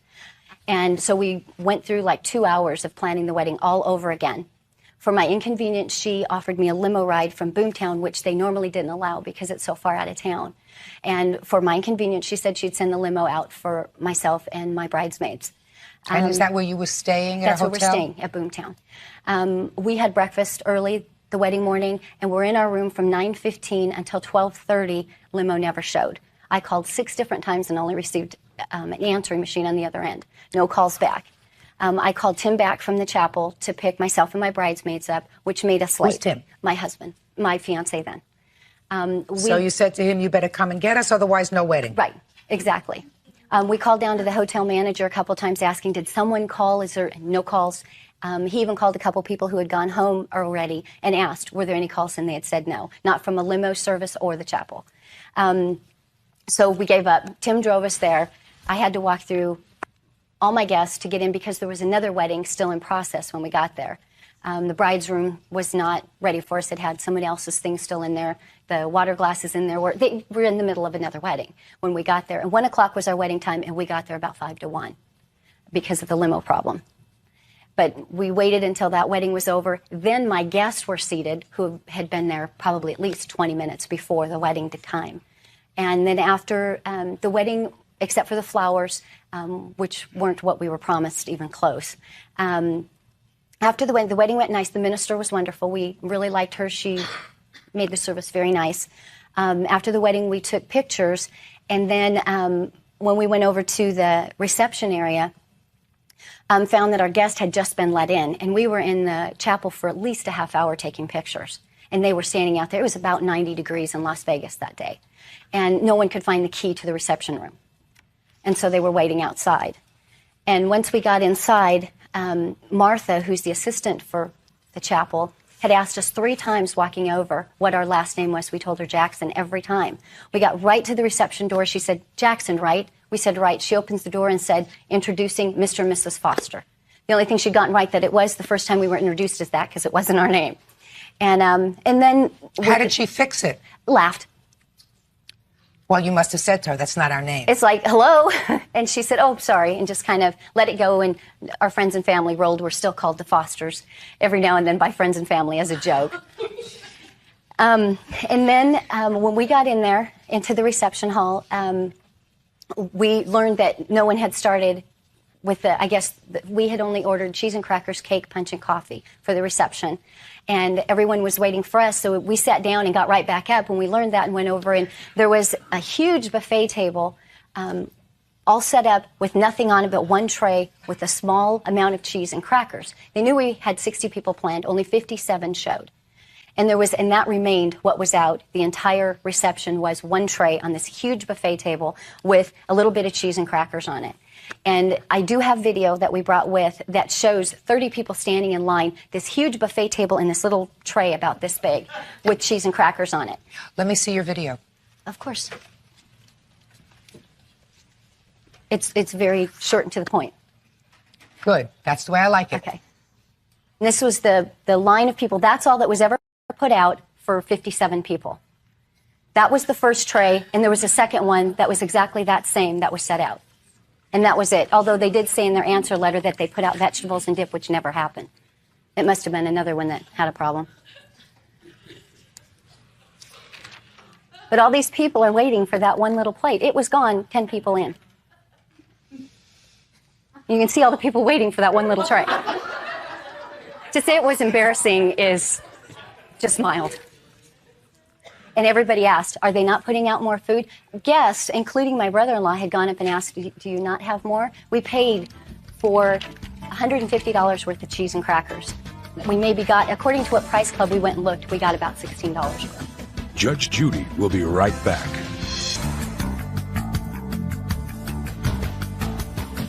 Diane Jackson is an angry bride. She says Monique Bray organized her Las Vegas wedding and not only got the names wrong, she ran out of food. So let's start out with the limousine. The limousine never came to pick them up. Actually, when my limousine driver showed up at Boomtown at 12:15, there was no way to reach this lady. Just a minute. We had the room number 2031. Listen to me. Why did your limousine driver arrive there at 12:15? Because that was the scheduled pickup time. The scheduled pickup time was 12:15 for a 1 o'clock wedding? Yes, madam. I drive them 45 minutes beforehand so they have a chance to change in the chapel. My brides do that. How long a drive to it is from Boomtown to the chapel? Probably half an hour because it's So what that gives them is 15 minutes to get into their wedding gown and to get freshened up with makeup and to do their hair. Is that what you're telling me? Most of my brides get one half hour. However, in this case, Boomtown is way out of the traditional area that we pick brides in. And so I wanted to compensate for the problems she had had with Linda and not finding her file and so on. So I went out of my way to accommodate her. Let's pass by this limousine. The limousine was a disaster because there's no question about that. Do you accept pictures of what? weddings? Of the wedding? Oh, of course. I just saw her picture. Okay. These are the photos that the photographer took of their wedding. The post picture. And also, this is the wedding package that they purchased. This is like our brochure that we would send out. Well, show it to her first. See if that's the package. Actually, her package was a little better. No, that wasn't my package, no. It was your package plus more Don't photos. tell her, just a second, don't tell her it was. She says it wasn't. I can't see it if she doesn't say it was. Bigger. Give it back to them. You got more than we're offering right now. What ours was for $3.99. It was called Blissful Pleasures. Right, we changed the name. A little better. Okay. Okay. A little more elaborate. Can I see what you have, please? What you agreed to? Down here at the very bottom. Blissful Pleasures, $3.99. Where does this talk about cheese? We had nothing from the reception, nothing in writing. Oh, you didn't? This is a separate issue. This is only the wedding That's that you're holding specifically there. what happened in their hour in the chapel. Okay. Actually, 24 minutes. That's the wedding. Listen to me. Ms. Jackson. Mm-hmm.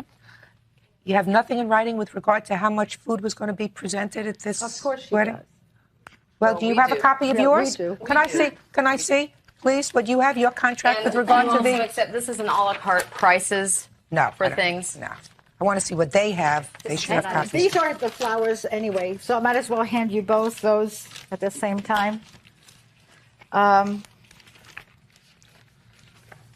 this look familiar to you? I was never sent any receipts for the reception. That's what I want to see. She received all her copies. I don't have them. Does that look? I got them the day after the wedding, and all I Does got that, was here. just a second. Did you receive that before? Oh no, I've never seen this before today. Well, she has her copies. How do you know she has her copies? Because I don't have them. Listen to me. They were given What to I don't her. what I don't understand is, I've had a couple of weddings, and I made a couple of weddings. If you understand that. And when you talk to a caterer, what you usually do when somebody is catering a function, you sit down before, you do it over the phone, you have a list of what exactly is going to be served. That was all done. Well, but you show me where, madam. This has the date of the wedding. This is date. Listen to me, Miss Bray. It's dated the date of the wedding. Do you understand? The day of the wedding is up there. Excuse me. Hold it, please. The date of the wedding is always at the top of the receipt to identify that wedding. Let me explain something to you. That's a lot of baloney. Judge Judy will be right back. Diane Jackson is an angry bride. She says Monique Bray organized her Las Vegas wedding and not only got the names wrong, she ran out of food. Are we dealing with the wedding now or the reception? Forget the reception. We're past the reception. We're to the cheese reception platter. we haven't even reached yet. No, Miss Bray. I've reached it. Okay. I've reached it. May I please, Judge, you didn't hear my side of the story About on the what? reception? The only thing I heard, the reception, you mean with the cheese and crackers? Madam, That's why. Madam Judge, this is what she ordered, is one tray of crackers. She paid $75 for it, and she received 3 of them because I was embarrassed for the bride. As a matter of fact... Miss Bray, I want you to listen and stop talking. I just said to you, I've passed the ceremony in the limousine. Right. I'm to the food part of the reception. I'm to the food part of the reception. I want to see, if you have it, the contract that Mr. and Mrs. Jackson signed outlining what they would receive for their $576. Not your receipts, but what you or your representative signed. And if you don't have that, just say, I don't have it. You don't have that. We don't have a That's signed it. receipt by... However, she did order a punch and cake reception for $499 for an hour and a half in the reception room. She had additional guests she had to pay for. She ordered for $75 cheese and cracker tray. That's incredible. Martha at one point came to see me and said, I talked to Diane and I told her, where's the veggie tray? Lunchtime. Veggie tray I didn't charge her Just a for. second. I put it there. Just a second. She said it wasn't there. It was there. It was put towards the end because I was embarrassed for her. Where is? Just a second. Where is it? It wasn't charged for. I don't care whether it was charged for or not. It's what you agreed to. I want to know whether it was agreed to. No, I just gave it to her extra. out of the kindness of my heart because I felt sorry for her. No. That one cheese and cracker tray that Listen you to me. saw. Miss Bray! On your own receipt it says large veggie tray. That was given. No charge. It doesn't make any difference whether it was no charge or not. You know, you make a wedding and sometimes you go in and the caterer says, and I'm going to give you at no charge one humongous ice sculpture of a swan and one chopped liver mold in the shape of a goose, you know, and they mark it no charge. All right. But here it says that this is what you were giving them, a veggie platter, whether you charge them or not. And all I want to know is, was it furnished? Yes, madam, it was. I have 60 witnesses that can tell you there was never a piece of vegetable. Well, I certainly didn't see any veggie platter on the There was video. none. I made up this Just a receipt second. for What you. was there? Miss Bray, was there a veggie platter? It didn't show it in there. that I just saw, or wasn't there a Judge, veggie platter? is it possible for me to tell you my side of the story? No, I just want you to answer my questions, Miss Bray, because I get information. I get it my way. Okay. Was there a vegetable platter, or was there not a vegetable platter? There was a vegetable platter. Where was it? It was put out half an hour before the end of the party because there was no more cheese and crackers to be had. I've been on their case for a while because I honestly believe that, based upon this, you didn't exactly get what you bargained for. True. Okay? But what you bargained for was cheap. And I'm going to tell you that if you have 60 guests, including the minister, was the minister paid for included I in paid this? it extra on site. Okay. You had the chapel, the use of the reception room for $1,250. You for the whole thing, Mm-hmm. for the whole business, $1,250, and that's including food for 60 people. It was supposed to be enough for 60. But you know, I mean, you're an intelligent woman. For 60 people, when you include the cost of the reception room, the chapel room, I don't care what kind of flowers you have. I don't care if you have 3 little whatever. You had little flowers. You had little flowers. Your bridesmaid had little flowers. He had a wilted carnation. Whatever it was. You don't get a lot of wedding for $1,000 for 60 people, Miss Jackson. Now, did you ever tell her that the food that she had purchased was insufficient? Yes. But I'm not talking to you. Did you ever tell her that the food that she had purchased was insufficient for the number of guests? Our facility No. did. Did you I ever did not tell her? personally, no. That's all I asked you. Did you? Yes. No. Oh, you did? Tell me when. I know for a fact.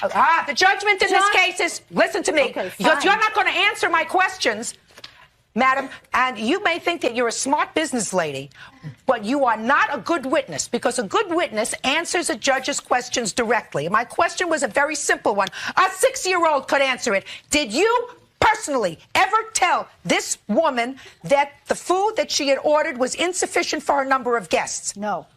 Bow, we're getting down to business. All right. You got married. Looks to me as if you and your husband looked lovely. You're going to have a very long life together. I could tell that because he hasn't opened his mouth once.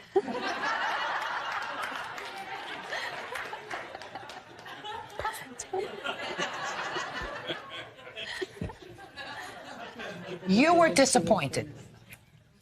You had the first hour that you had waiting for the limousine, getting sweaty, you took a shower, you started to get huffy, your hair started to go limp, your makeup started to fade. All those things happened, right? Sure. That was not the right thing to happen. They did not plan properly. They were shuffling around with their limousine, trying to get him to do 2 or 3 different things. In any event, they didn't do the right thing to get you there so that you were totally comfortable. For that, you can be compensated marginally. They did, in fact, provide a wedding chapel room for you. They did, in fact, provide a reception room for you. And you did, in fact, Mrs. Jackson, order cheap. The judge is ready. I don't believe that the defendants furnished this vegetable platter, and they had promised you this vegetable platter because it's right on this list, and I didn't see it on that video. I believe that it wasn't there. I believe that you were a little embarrassed. Part of the responsibility for that rests with you because you really didn't order enough. You may have been given bad advice, but you didn't order enough. They realized that they made a mistake. I think that it's very disconcerting a month before the wedding to call up and even be told once, I'm sorry, we don't have your name here. And I have to go and look and find out if there's a file. I mean, to you, it's just one wedding of many. To this lady and to her fiancé, it's more important than that. So the fact that you didn't return her call for a couple of days after she originally called is not good business.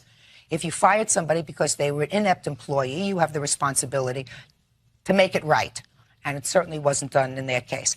I don't think that you're going to get the whole cost of your wedding back because I don't think that that's reasonable. I certainly don't think that any of the other aggravation expenses that you ask for are reasonable either, because part of the responsibility for this inexpensive wedding has to rest with you and has to rest with your husband. But I am compensating you, at least in part. So I am awarding you $300. That's all. Excuse me, step out. Judge Judy returns in a moment. We got taken here. We really did. Our reputation is very valuable to us, and these people did not tell the truth. We'd never recommend the chapel to anyone. It's 3 carnations, some plastic leaves, and a handful of ribbon. You get what you pay for, right? And now, the next case. Parties on Day versus Pryor. Step forward, please. James Day says he put up some money for Kathleen Pryor to make a commission in a property deal. She didn't have to pay him back as long as they were dating. They split. Mr. Day, you allege in your papers that Miss Pryor owes you about $4,500, $3,100 of which was for some convoluted business deal that I, quite frankly, couldn't understand from your papers. And you're going to tell me about what the rest is for. She says that you dated for a long time. Whatever money that you gave her were gifts while you were together. You didn't ask her for the money back until when? We broke up. Okay. So, let's hear about these loans. Sure. Actually, I have some checks, canceled checks, of which it says loan on the bottom of the checks as a memo. Let's start from the beginning. Canceled checks. What the situation was, Your Honor, was that Ms. Pryor was in severe financial trouble to the extent that her landlord was talking about evicting her. Her car payment was not being... I'm sorry. Her car payment was not being paid, and she was a couple months behind on it, and she was very scared that it was going to be repossessed. And were you dating at the time? Actually, we were not at that point in time. We had gone out on one... Don't? I'm sorry. We had gone out on one date. We had gone to a basketball game, and we'd been friends for quite a while. How long is quite a while? Over a year. Over a year. And after the basketball game, you know, there was a situation that occurred, but it certainly was not a dating situation. And she came to me and asked for money because she was in a very bad state. And I said, not a problem. I'll lend you, you know, I will not give you money, but I will pay bills that need to be paid to get you out of the situation. So what did you pay for her? Well, I actually wrote a check to, actually it was for cash because she didn't want to make it out to the landlord, but it says on the bottom of the check that it was for that purpose, which was $700. Do you have that check? Yes, I do. I'd like to see it, please. And then the second one, Your Honor, was a $345 check that closed out a bank account of hers that was, the way she described it, continuing to accrue bounce check fees because she had written a lot of small checks on this account. So every time a check cleared, there was an $18 fee that was posted to the account. So it was kind of a situation where if it wasn't closed out, then there were fees that were going to continue to accrue on this. So, you know, I felt that, you know, that's fine. I understand $1,000 was not a big deal, and I knew that she had the capacity to pay that back. Okay. Going forward, after that money was paid, she wanted me to look into a business transaction of hers, of which she was supposed to get paid $3,120 once the deal was consummated. What kind of a deal? Well, essentially, she was buying a property under a straw name, and in order to do that, she was getting paid 2% of the loan value, which was $6,120, of which Mr. Shetty fronted her the first $3,000, which is half of the deal. And See why I couldn't understand it? I'm sorry? See why I couldn't understand it? Is this your business? No, it's not, Your Honor. But you understood this right away. I understood the property transaction. It was very cut and dry, very simple. Not to me. Judge Judy will continue in a moment.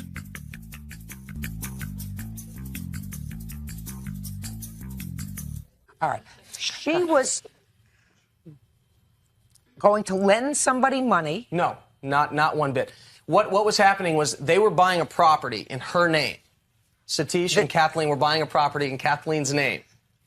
And Satish buys distressed real estate. He fixes it up and then resells it for a profit. So why was he buying it in her name? Well, when you do 40 or 50 or 60 transactions at a time, you can't put them all in your name. Therefore, do it jointly with people who would like to do business with us. And she wanted to do business with me, and she said, we'll do it. Okay. And then she was going to get $3,120 back as a commission. No, correct. $6,120. Right, of which the first $3,000 was fronted to her, and I was given Satish's word that he would front that money back to me once it was paid, and I would loan her money against that $3,120. So, you know, that's where you come up with the amount of approximately $4,000. So what happened with this $3,120? He never paid. She did not. She took the property and kept with her. What happened? Actually, what happened was Kathleen had agreed to sign over the property to Satish, and at that point... So I could sell it. Why don't you step up here so we... At that point, he I was need gonna you, cut- you're there. At that point, he was going to write a check to me for the $3,120, Okay, which he so- did. All right. So that now the property is in her name. Yes. And she's supposed to sign it over to you. Right. Or sell it. Or Together. sell it to you. Right. At that point, I was And to then receive she- the funds. Right. And you advanced her the funds. Money against this transaction, correct. So what happened? Well, Satish wrote the check as he said he would, and Kathleen backed out of the deal 2 days after the check was written, thinking that Satish was stuck and he was going to get stuck on the money. Well, Satish just put a stop payment on the check because they normally don't clear for 5 or 6 days, and the money was taken back out of my account. So I was standing there in the middle of their transaction where I had been the nice guy lending her money because she needed it to pay bills, which every check Well, that why did you back out of this deal? I didn't, Your Honor. Where is the property? Who owns the property? To tell you the truth, yeah. To tell me the truth? Of course you're going to tell me the truth. Well, no. Who owns the property? Of course, I do. Well, that wasn't the arrangement. Well, I'm trying to sign it back over to him right now, but he hasn't paid the money he owes me. My attorney's working on it right now. Just a second. You were supposed to... That's not true. Yeah, that's true. The right word they used was necessarily. That was probably right. But meanwhile, he got stuck in the middle. He Well- advanced this $3,120, didn't he? He agreed that Did would he or collect- did he not? He did. And so he advanced then the now these two $3,000. are- Just a I'm sorry second. to- He advanced the sorry to $3,120. He's out $3,120, and you've got the property. All right, let's get to the $700 in cash. You say that these were not loans. He kept saying when we were dating, oh, you really don't have to worry about paying me back, as long as we're still dating, this and that. Don't worry about it. I'll take care of it. So? And so then all of a sudden I said we weren't going to see each other anymore. And he's like, oh, well, now all of a sudden he slaps a lawsuit on me. Listen to me. Miss Pryor, you said the operative word. Just a minute, I'm finished with you. Sit down. Okay. Good. You said the operative word. Even according to your own statement. Let me read it back to you because Okay. I have a photographic mind. Sure, thank you. You said that he told you, as long as you're dating, you don't have to pay the money back to me. That's what you just told me. So we're not dating anymore. So you're not dating anymore. I see.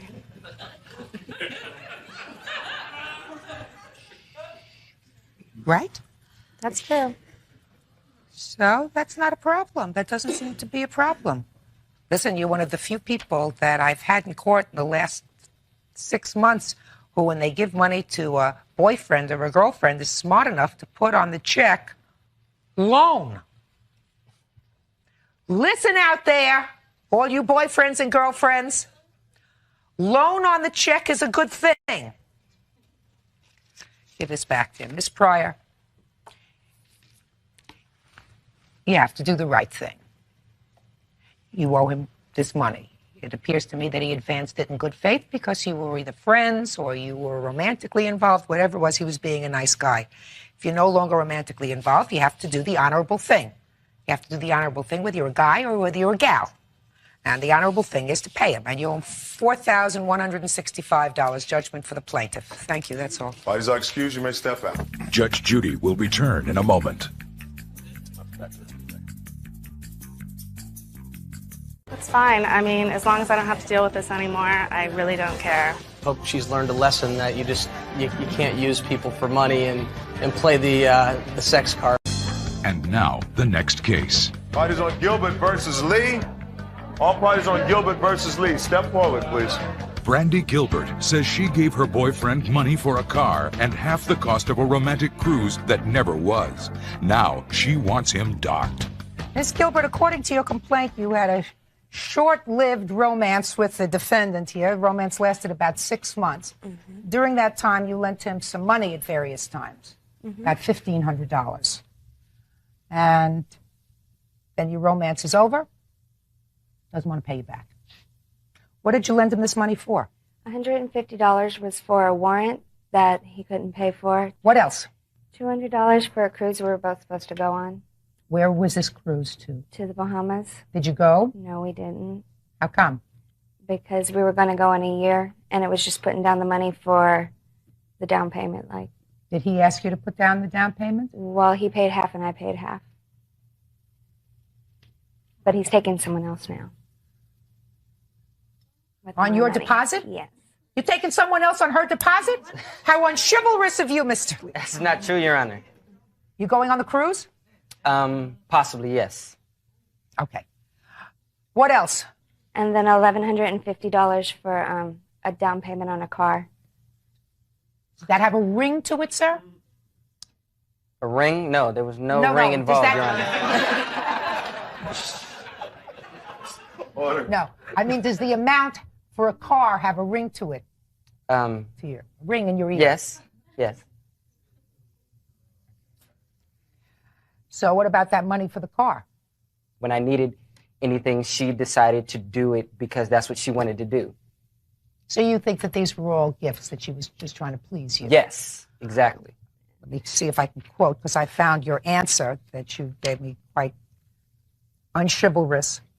You said she did so because, quote, I want to take care of you. Yes. Why would you want a woman to take care of you, sir? I didn't. She decided that she wanted to. All right. Now, Miss Gilbert, you say that after you broke up or with the defendant or he broke up with you, it's really not particularly relevant, that he gave you a bad check. A week later, he called me to his house and decided that he didn't want to be with me anymore, wrote me a check that says on the bottom for repayment of debt. That's not true. And where is that check? It's right here. Can I see it, please?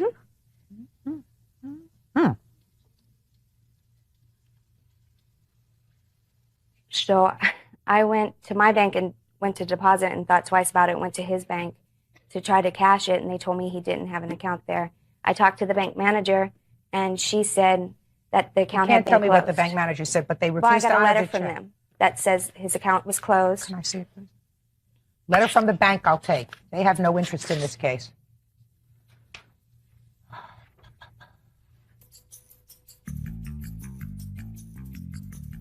Judge Judy will continue in a moment. Yes. She showed up at my house, Your Honor, unannounced. Okay, I had company at the time. She called and asked me if she could come over. I told her no, and she showed up anyway.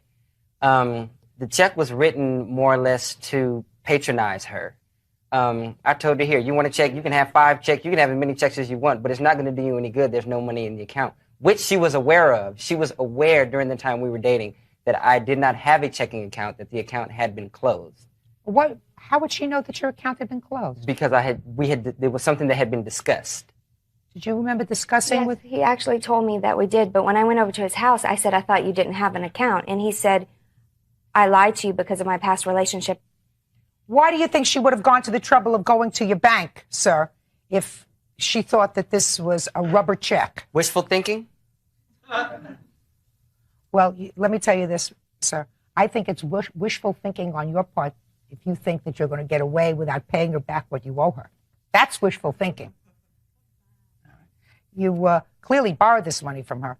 The amount is exactly what she says that you owe her. That was just an amount that I threw out there. I, to tell you the truth, don't know how she came to that amount.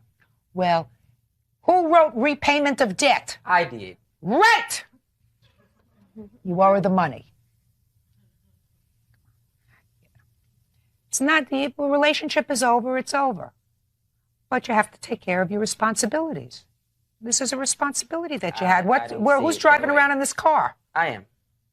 Good. You drive around in this car with other dates, other ladies? Yes, I do. That's pretty irritating. She paid the down payment on it. Well, that was something that she decided to do of her own free will. I never asked her to do Baloney. this. Judgment in this case is for the plaintiff in the amount of $1,500. Judge Judy will return in a moment.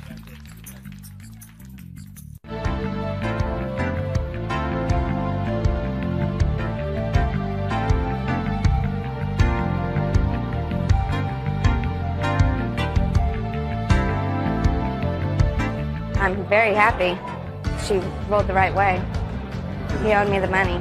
Still dislike him completely. He got what he deserved. I don't have a thing to say to her. That's it. It's over. Water under the bridge. Party's on Parker versus Parker. Step forward, please.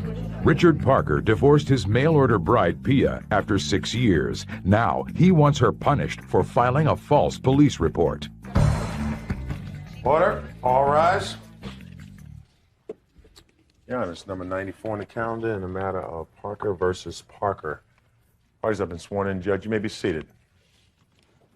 I found your complaint and your response fascinating in this case because I've never dealt with a couple whose marriage was arranged through the mail. And it seems to me that that's the way you met. Is that right? Well, we did meet in person. We met through the mail, and then I went to her country and met her in person, and then I came back and we corresponded some more, yes. You married? Yes. You have a child together? Yes. A girl? Mm-hmm. Yes. And you divorced? Yes. And you are suing your ex-wife because you say that she filed a false police report against you. Yes, Your Honor. Causing you to pay in counsel fees of $3,000 to defend that action. She subsequently either withdrew the action or the district attorney decided not to proceed with it for some reason, which I assume people will tell me. And then you tacked on an additional $2,000 for mental stress. Correct? You've got it, Your Honor. And on your side, Mrs. Parker, you are countersuing. I couldn't quite figure out what you're countersuing for. For some money so that you can set up a new home for you and your daughter, for furniture and He's holding things. my furniture and appliances. Plus, he put me through a battle of custody. He's trying Custody to get battle. Custody battle. He's trying to get custody, full custody of my daughter. I have the physical custody of my daughter. So he put me through such a distress. I had to hire an attorney to defend the custody of my daughter. So he's the one who's putting me through all this stress. He's the one who's doing Well, all this. Mrs. Parker, let me explain this to you so that you'll understand why I'm not entertaining your countersuit. You were divorced. Yes. Your judgment of divorce should have finalized all the property that the two of you accumulated during your marriage. That's what a divorce does. It finalizes the property aspect of what each of you had. So, and you were represented by an attorney in that divorce? Yes. Well, then that's what your attorney was supposed to do. Supposed to make sure that whatever maintenance, child support, or anything else, and custody of the child was taken care of in Your that Honor, judgment of divorce. May I intercede for a minute? Yes. Several months ago, it was about 5 months ago, when I was over at her apartment to see my daughter, and I could obviously see that she was going to be moving those boxes all over the living room, and you could see that somebody was going to be moving. And I said, "Is Mommy moving?" to my daughter, and she says, "Yeah." And I said, "Where's she going?" And I said, "Where are you going, Lynn?" And she says, "I don't know, maybe Westminster, maybe Downey." She didn't seem to know. I said, "Well, I've got 2 bedrooms. I got 2 vacant bedrooms in the house." I says, "For the sake of the daughter," I says, "why don't you come back here and rent those from me, and the rent will be cheaper than your apartment. You won't have any utilities, and such and such." So she did, and she did bring some stuff. Some of what she's saying is her property is really my daughter's bedroom set. I do have a refrigerator, but that's all been settled in a small claims action that I won. She left owing me some money. She plugged into my phone and made long distance phone calls. So that matter has been resolved. That's been resolved, really. In another action. Yeah, and it's not $5,000 worth. There's a refrigerator and a couple. Do you have those papers from I these believe other I do. actions? I believe I do, Your Honor. I'd like to take a look at it. I'm sorry. Do you understand that? It wasn't resolved about my property and appliances, and all he's talked. Well, he told you it hasn't been resolved. You told me that the furniture was contemplated in this action. No, it's now, not. All right, then I'm not interested in this. You have her furniture there. Just a second. Okay, you have her furniture there. Bedroom set. That's your daughter's. Refrigerator and entertainment center. Those are the things that she brought into the house? No, Your Honor. First of all, the entertainment center is not there, and all it was a shelf. I mean, it's not like a major. Where is it? Where is it? I had another roommate that took it. Well, So then you I'm- have to replace it. Bedroom set, refrigerator. How much did you pay for this entertainment center. Make sure you have the bill for it. Entertainment center. Yeah, $150. Can I see the bill, please? I don't have the bill, but it's entertainment center. It's just the shelves where to put a TV, a VCR, and books and videos for my daughter. It's like around $150 is all my sister paid for that. That's my sister's entertainment center. She gave it to me as a gift when we were living in Huntington Beach after the divorce. Fine. I'm going to fix a value of it of $100. That's Should not have let somebody else take it away, sir. All right, listen Your to Honor? me. Listen to me. What else? Yeah, and he has sued me. What other property? I have a refrigerator, a bedroom set, and an entertainment center. Come. Okay, the vanity said like. I don't want to hear vanity. That's all part of your daughter's bedroom furniture. Okay, I'm sorry. Yeah. All right, that's it. Period. Miss That's Parker. Yes, let's get to the case that we are here for. Well, we're here for both because she has a counterclaim. Yes. We're here for both because she has a counterclaim. Yes. Just so happens that I'm taking Well, care the of her child- counterclaim first. Listen to me, Mr. Parker. Yes. You are to return to her within 48 hours. You can make arrangements and have somebody come to pick it up. Pick a mutually convenient time. The entire bedroom set, which includes the vanity, the night tables, the mirror, and your daughter's bed, that is to be returned to her within 48 hours. The refrigerator is to be returned to her within 48 hours at the same time. We understand each other, Mr. Parker? Yes. I'm going to hold off on this $100 for the entertainment center until I hear your part of the lawsuit against her, because you are suing her for substantially more than $100 in cash. Now, tell me about this restraining order. Was a restraining order that she had against you? Your Honor. She had a restraining order against you? She had a restraining order against me, but not against my daughter. I had the right to talk to my daughter. And here it is. This is from the court where they denied it. They scratched out Shara Parker, which is my daughter. Let me see the restraining order. So you had a restraining order so that you weren't supposed to go near her, be around her. Is that right? Right. Judge Judy will be right back. Forced his mail-order bride, Pia, after 6 years. Now, he wants her punished for filing a false police report. Now, is this the order of protection that you were forced to retain an attorney for, sir? No, ma'am. It's not. So then let me... Go ahead, let me hear. Your Honor. This all boils down to I don't want to. Don't boil she filed, down. She filed this restraining order. She filed that restraining order. And then what happened? If you look in the next page, there's a telephone bill there. Yes. About the ninth line down, I may have it checked off in red. A 1-minute phone call. When she left my house, I told the police. I said I called the police when she was leaving. I called them.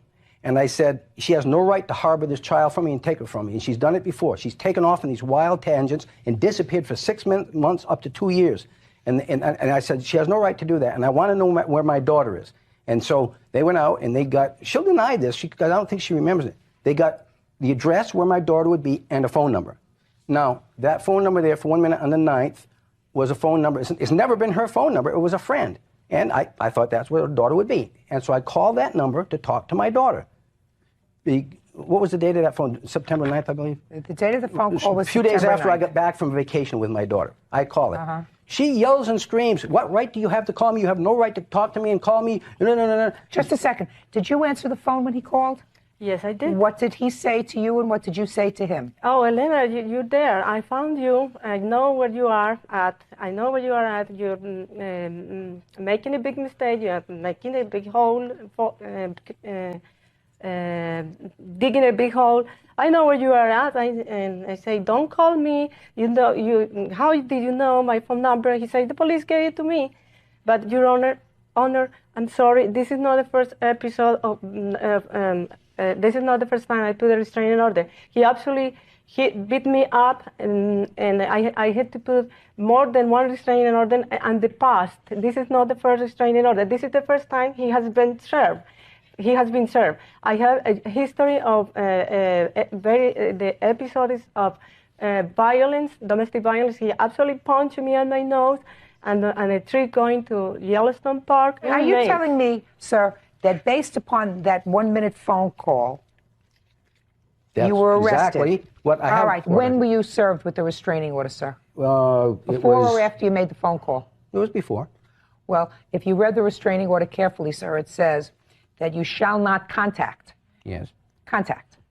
But It doesn't say, this is an all-inclusive restraining order, even though it's a temporary one in character. It's a temporary one, but it says you shall not contact her. That's what it says. My understanding is, though, that for my daughter, that I was allowed. This was, I was not to contact her, but down at the bottom of the page where they scratched it out and said denied, where she tried to get it where I couldn't call my daughter, it was scratched out. No, I did have the no. right to talk to my daughter. No. Bottom line is, what happened to this restraining order when you went to court? You were arrested because you called the house. I was not arrested, Your Honor. I was not arrested. So how did you?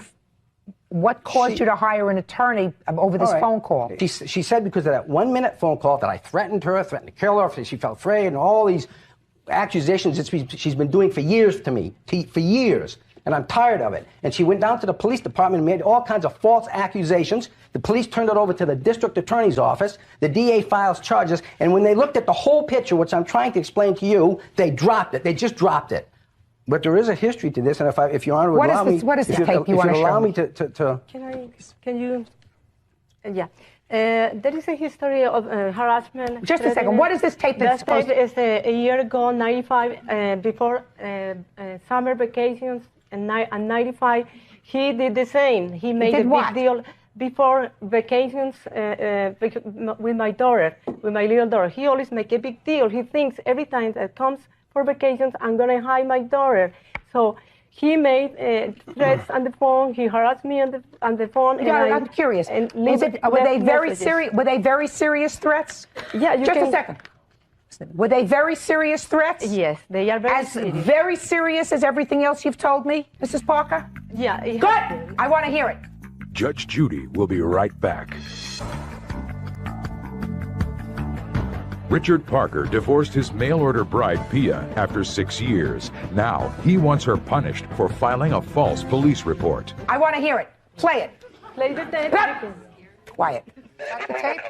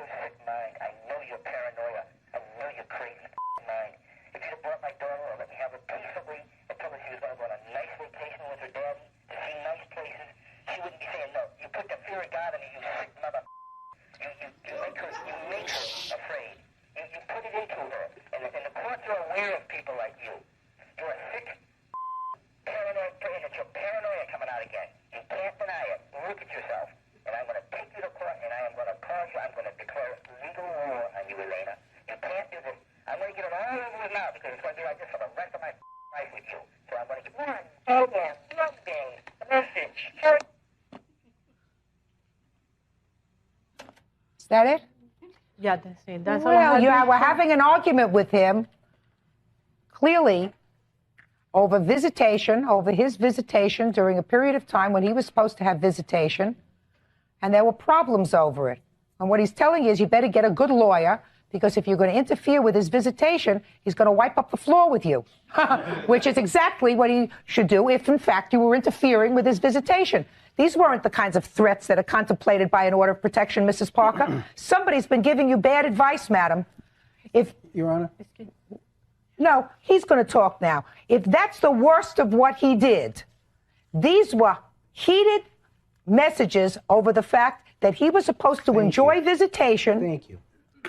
And you were doing something to interfere with that visitation, and he was very, very angry, and clearly you had just been to court and just resolved the issues of visitation, and then you left court, and within a relatively short period of time, the problem with visitation arose again. Is that what happened? Basically, it is, Your Honor. Well, that's what this tape suggests. May I, with your permission? Listen, sir, it's very late in the day, and I'm getting very, very tired. If that, as Mrs. Parker said, is the worst of the threatening that your former husband did, Mrs. Parker, you ain't seen nothing. Because I've seen real assaults. This trivializes domestic violence. This is not domestic violence. I have a restraining order. I put. Well, that's unfortunate that some judge gave you a restraining order because of this kind of tape. Thank you, Your Honor. That's very unfortunate, and it's what makes men angry. It's what makes men angry because unfortunately, some judges see a case and they say, gee, I better give everybody a restraining order because God forbid she gets murdered the next day, and if I didn't give him a restraining order, it's going to be my fault. That is nonsense. Absolute nonsense. Judge Judy returns in a moment. If that's the worst of it, Mrs. Parker, he's entitled to the money that he spent on a lawyer, if that's the worst of it. Because you got to stop going to court and filing for restraining orders for that sort of stuff. Do you have the attorney's bill, sir? Yeah, I do, Your Honor. Well, how much was the bill exactly? It was $3,000. May I see it, please? Yes. Well, here's a copy of his statement and a copy of my check. That's fine. You filed this temporary restraining order, which was ultimately dismissed by the district attorney because it was in fact. Let me see the dismissal because it was in fact nonsense. And there's a letter from my attorney with the. I don't want to see the letter, but I do want to see the dismissal. And he has to be compensated for that. Because you file a restraining order, and if it causes someone else, like your husband, to have to spend money to defend it, and it is nonsense, you're going to pay. So you're going to pay him $3,000. And you, sir, are going, well, she's going to pay you $2,900. That's $100 less the entertainment center. Yes. And you are going to see to it that she has the bedroom set and the refrigerator within 48 hours. Other than that, I am not entertaining your $2,000 request for mental stress. I understand. I hope, Mrs. Parker, you've listened to what I'm saying. I hope, put your hand down. I hope you have listened to what I've said to you. You have a child. Child is supposed to love both parents. I get the sense from Mr. Parker that he loves his daughter, that he wants to take her places, that he wants to take her on vacations. You will not control that. If you get a good judge in this case, in your custody case, the judge is going to tell you, no parent is supposed to control how a child feels about the other parent. And if you were two reasonable people, you could share her custody and both spend good time with her. If you can't, and if you're going to be rigid, you're going to lose custody of your daughter. That's all. Case is over. That's all. You may step out. Thank you, Your Honor. Judge Judy returns in a moment. I've been fighting this since way back in August when I took my daughter on vacation. And she fights me every inch of the way when I try to do something with my daughter or become close to her or take her on vacation. And I've been in other courts for other things that relate to this. And the legal system in this country is somewhat sick, but this makes me feel good. She thinks spies are following her. This is my ex-wife now. She thinks spies are following her. She thinks people are following her to kidnap the baby. Under ridiculous circumstances, when the kid's strapped in the stroller or with adults all over some woman's following us. She accuses me of domestic violence. I've never in my life had the police called on me in my life until I met that woman, and I couldn't even tell you how many times she's called the cops on me. In her mind, I don't think she's lying. I think she believes what she says. Well, it scares me for my daughter's sake. Is my daughter going to raise up with this constant, with a mother everywhere she takes her? Oh, we got to look out. Are you going to keep her locked up in the house? You know, when I take my daughter on vacation, I can tell after 2 or 3 days she starts to unwind and enjoy herself. All parties on Franklin versus Byrd. Step forward, please. Erilyn Franklin struck a deal with William Byrd to sell a bunch of Super Bowl caps. They got confiscated because they were not official. She says William is a fraud. Order, all rise. Judges number 85 on the calendar in the matter of Franklin versus Byrd. Parties have been sworn in, Judge. You may be seated. I always wanted to say this. I'm one of those women that is not really into football. So I always wanted to use the line, I don't know the Super Bowl from a salad bowl, but that's what really this case is all about. Miss Franklin, according to your papers here, you bought some hats from the defendant that was supposed to be sold for the Super Bowl. That is correct. And they turned out to be hats that weren't officially recognized by the moguls who say, yes, you can sell these hats, no, you can't sell these hats. And they were confiscated when you went to sell them. Correct? That's correct. And you stopped payment on the check that you had given to the defendant. He had given the check to a check cashing place. You got sued by the check cashing place, and you're suing him for $5,000, most of it for your trouble, because the hats were only, what, $800? $812.50. So let's start from the beginning. Okay. How'd you make this deal? I met the defendant at an MBA function, and that's And where what- tell me what- MBA. That's what is Master of Business Administration. So that's people who I thought it was another football team. No. MBA, I really know what that means, but I wasn't sure. Go ahead. No, it's a lot of networking for entrepreneurs and people of that sort. On January 24th, 1996, I received a call from the defendant. And the defendant had told me about a business venture that he was doing for the Super Bowl. I had already planned on going. It's my birthday weekend. I knew he was attending. And he extended an offer to invest in Super Bowl hats. So it's basically a phone order, and he gave me a great sales pitch. He told me the number of people that were attending the Super Bowl, the amount of the hats, and what they would retail for, which were $20. So sure numbers, I'm an entrepreneur. The investment sounded sound, and he had assured me that he had gotten the rights to the NFL. Everything's a business. Right. So I said, okay, and then he told me other people were investing, and I said, okay, to purchase 150 hats, which came out to be $812.50. And then once I arrived in Phoenix, I met him at the airport where I received boxes. He left and kind of left Boxes the of hats? Boxes of hats. And did you pay him? Yes. He asked that I make the check payable to him, and I said no, and I asked him for an invoice, and he said he didn't have one. He'll give it to me later. And I said, well, I can't make the check out to you. I make it out to your business card, which said William Byrd Transportation, which is what I did. So on Saturday, I saw the hats, and they didn't appear to be the quality of a $20 retail hat. So I did have some problems with, understanding what the hat's true value marketplace was. So I spoke with him, and I said, well, these aren't the quality hats, and, how do I sell? He said, what do I do with them? So he told me, instructed me to go to the Super Bowl and take the boxes to the vendor there, and they buy them in bulk there. So that is exactly what I did. When I did so, they were confiscated. They were not officially licensed, and I have evidence of a tape where he says that they are not unlicensed. And then So you took the hats in the boxes, and you went to the vendors. Right, where he told You me to didn't take try them. to go out there and open up the boxes and try to sell the hats individually. No, I took them to the venue where he told me to take them. He says, you can unload them. They buy them in bulk. You have to go down the price. Go ahead and sell them there. So that's exactly what I did. And when I did, they were confiscated.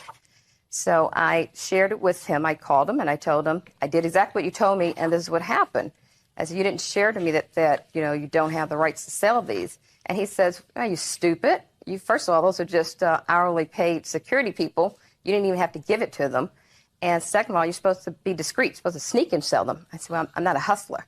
I'm a corporate woman, so I don't go and sneak to sell. I'm not a stand on the corner hoodlum. He left me a message on my answer machine after I told him what problem I incurred.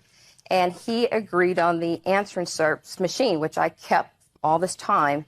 His admission that if you're canceling your check, I haven't cashed it. I haven't deposited in my bank yet.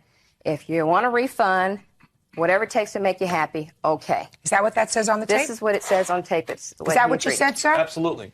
No, then we don't have to play the tape. Then we agree with that. Absolutely. Right. Okay. So that's what I did. The next day, I canceled my check. We made other terms. What were the other terms? The other terms were he was going to Dallas, so he would. They gave me the hats back after Super Bowl. I returned the hats back to him. He was going to Dallas. He said he can unload them there. I told him what I originally was. I told him I'd pay for the hotel because I had free Hilton Honor points, and I'd take care of his ticket. And that was the agreement. He breached the agreement, put a stop payment on the check. 4 days later, You put a stop payment on it. I put a stop payment on the check. 4 days later, he took it to, I would say, a friend over at the check cashing company and cashed a check where the current law is they sue the maker because they said they couldn't find him, even though I found him a year later. His phone numbers have never changed, but according to the check cashing company, they just couldn't find their own payee. So I ended up, of course, the law is you can be sued triple damages, and that's what happened. So that brings me here today. So you were sued not for $812.50, but you were sued for $2,400. Plus court costs. And how much altogether? It was $23.67. Somehow they didn't figure their math correctly, plus my court costs and so forth. But that wasn't so terrible. But to get a phone call from the defendant that told me, he laughed at me and he said, I deliberately took the check to the check cashing company and I told him to stick it to you. I gave him your phone number and your home address and I told him to go after you. And he told me he did it deliberately because that's the law. So I thought that was unconscionable. We agreed to different terms and that was, I reacted based on the terms that we agreed. Okay, sir. Your Honor, this is almost kind of like the story that actually happened, so maybe I can tell my part. I did meet Miss Franklin at the Black MBAs. We did start dating, but this is not a case about hats. This is a case about someone wanting to not be with someone else. Excuse me, can I have my say, please? Absolutely. Okay. We dated. Okay, I had put an invitation out to her to accompany me to the Super Bowl. I withdrew that invitation and took someone else. We still had a business relationship, fiduciary as it may be, but she wanted to make money. I do nothing but make money. That's my job. Jerry Maguire says, show me the money, make me the money. That's what I do. I want to get to this check. Okay.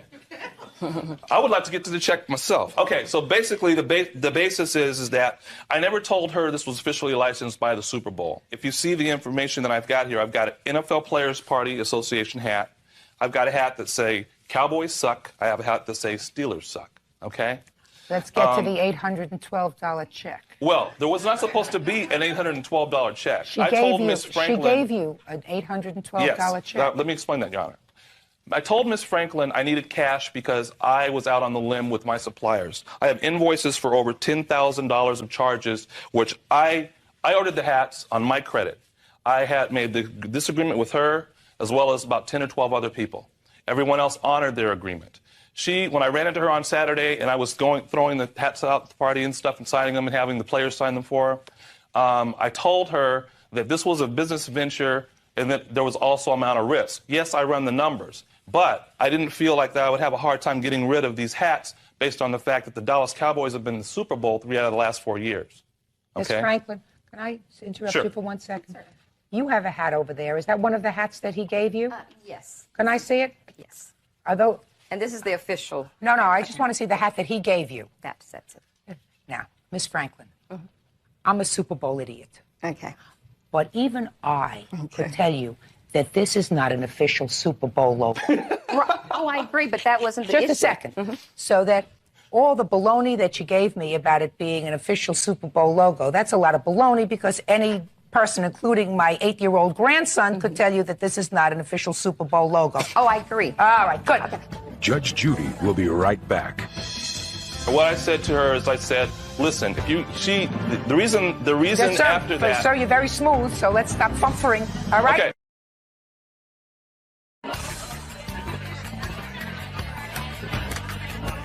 Erilyn Franklin struck a deal with William Byrd to sell a bunch of Super Bowl caps. They got confiscated because they were not official. She says William is a fraud. $812 check. She gave you the check. You acknowledge that you told her on the tape that you were not going to deposit the check. That's why I didn't listen to the tape. We can listen to the tape, Your Honor. What I said to her is I said, listen, the reason Yes, sir. after that. Sir, you're very smooth, so let's stop fumfering. All right? Okay, Your Honor. Said, do I listen to the tape or not? No, you don't have to. The reason I told her that was because I meant that. I meant it. But she's not out the $812. Why I took the check to the check cashing place is I went out of my way. I was going to Dallas. I said, listen, I'll try to make this better because I don't want you to be unhappy. I went over to her house. She had hats confiscated. She didn't have all of them confiscated. She gave me about 40 or 50 hats, about $100, which was all she did for the whole weekend. And I did not tell her she could sell it in the venue. What I told her to do was contact local sports bars, go over there, drop the hats off, come back, do a consignment thing. I told her to go. I told her to walk the NFL experience with the hat on, not a box, with one hat on. The Not vendors true. will approach you. Mr. Byrd, did you or did you not tell this person, a girlfriend, a business associate, a stranger with whom you were in business, it doesn't make any difference, you're not happy with what happened? That was before she cussed me out, Your Honor. Just a second. And stop payment on the check. She didn't tell me she stopped payment on the check. Just a second. Did you tell her that not to worry, I haven't cashed the check, That and was I after will she not beat me, cash Your the Honor, check? and she did not pay for my hotel room in Dallas. She did not pay for my ticket in Dallas. She said she would. When I got to the hotel, there was no reservation for me. I had to pay for my own ticket. She said she didn't have the money. So I said, fine. I said, listen. I called her from Dallas. I said, listen, if this is the way that you're going to treat me, you're on your own. That is not true. Okay? I said, you did not pay. Can you produce anything that says that you paid for my ticket? Can you produce the stub for my ticket? No. Can you produce the stub for my hotel room? Mr. Byrd. No. But Mr. Hilton Byrd. sure can. Mr. Well, then you Byrd. get this. Do Mr. you have it? Byrd. Exactly, but Mr. Byrd. Did you tell her on No, Your that Honor. tape? When I found out that her check did not clear, I was in Dallas. When you found out that her check did not clear, you were in Dallas. As I recall, yes, I was in Dallas when I found out. Just a minute. I thought that the reason you got angry was because she hadn't gotten you the room in Dallas. No, the reason I was angry. Just a second. You said that she was. Hey, what do you think? I'm an idiot? You just said that the new arrangement If you was. let me finish my sentence, Just a Your minute. Honor. Just listen to me, sir. You may be a super salesman. On your best day, you're not as good as I am on my worst day. I acknowledge that, Your Honor. Judge Judy will be right back. I've gotten several different versions. What is this, a woman versus men thing? No, Mr. Byrd. Alan Franklin struck a deal with William Byrd to sell a bunch of Super Bowl caps. They got confiscated because they were not official. She says William is a fraud. Then let's get back to basics, sir. You said that you renegotiated this agreement with her so that she would pay for your hotel room in Dallas. Which she did not. I want you to be quiet. And she would pay for other expenses in Dallas. And then you just said to me, her check didn't clear before I left for Dallas. So that you had deposited her check before you left for Dallas. So how would you know that Your she Honor. didn't pay for your hotel room? Your Honor, I never, she told, when I spoke with her, and she told me. Yes, no. Your Honor, she told me that she stopped payment on the check. I always thought, So I went did off, tell you I stopped paying on the went off check. to Dallas. She asked me, she said, why did you take it to the check cashing place? I said, because I've never had anyone who I've been in a business deal call me up, cuss me out, harass me, harass Mr. my Byrd, mother. what's the right story, sir? Listen to me. No, listen to me. Your Listen to Honor. me. Play the tape, Your Honor. Play the tape. No, listen to me, Mr. Byrd. I've gotten several different versions. You said. You never let me finish. No, I don't have to let you finish, sir. You just told me two different scenarios. How many scenarios has she told you? Only one, Mr. Byrd. What is this, a woman versus men thing? No, Mr. Byrd. Mr. Byrd, you're a fast talker, sir. But Your Honor. Play the tape. Play the tape. And Your Honor. So if you got confiscated, you're like one of two people that got confiscated, and the other person was trying to sell officially licensed goods. So you have the, I guess, the prestige of being the only person that got something confiscated that was not unlicensed, that was not a problem or anything else. So I don't know what you're looking for in terms of what you were asking me. If you're canceling your check, I'm not putting it. I have not put it in the bank yet, or whatever. Or you want what you want me to do in terms of you not being able to sell your hat, because I came back with 32 caps myself, and I had a hell of a lot more than you. But anyway, give me a call. Let's work this out. I called you. I came by your house. I hope you had a wonderful date, whatever. But you said that you had a problem with me yesterday. If you want a refund or whatever, I'm willing to do whatever you want to do, because I don't know how you're going to make me the bad guy in this whole thing. Okay? So give me a call at your convenience, and we'll do that. There's more, Your Honor. That's it, Your Honor.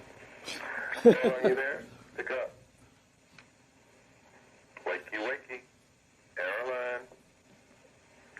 Absolutely, and call me at the house. Bye-bye.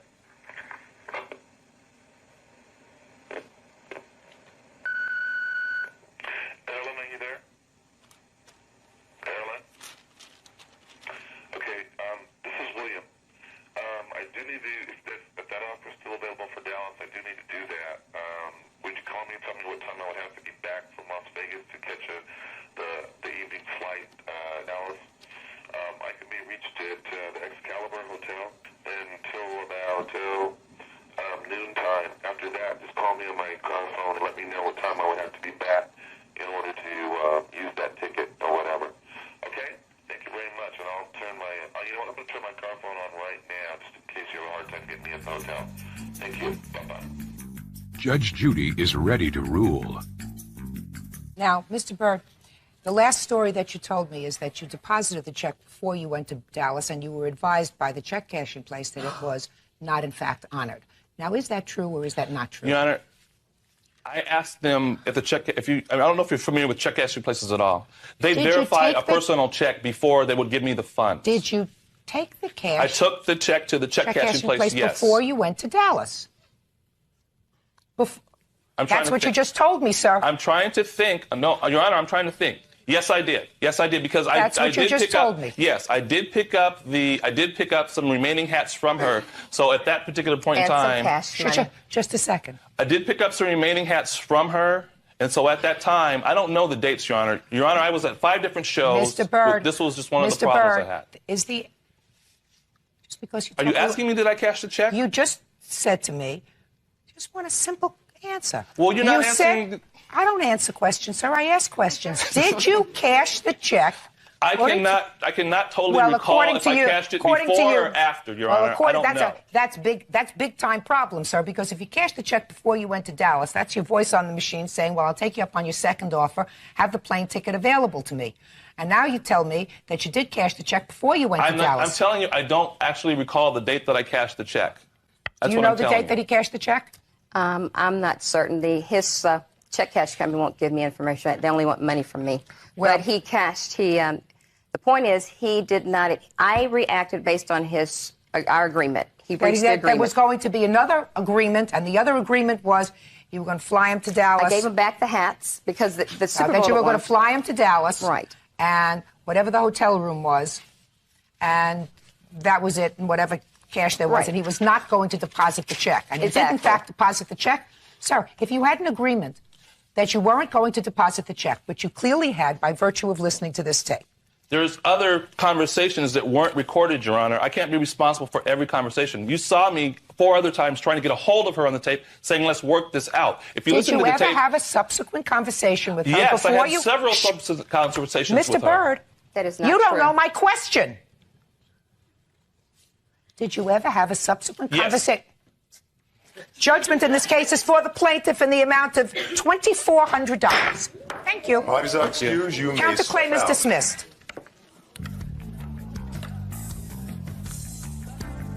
Judge Judy returns in a moment. If this was something that was important to her, I'm sure she would not have waited a year until she saw me in a bar with another woman to bring this type of a frivolous action. He wished he had a date with me. The problem is I didn't want to date him. Our relationship went sour as the more weight that went on. She has aging beauty queen syndrome, Texas. And I do not live with my mother. So it's just a matter of sour grapes. It was retaliatory to stop paying on the check because he knew I didn't want to date him.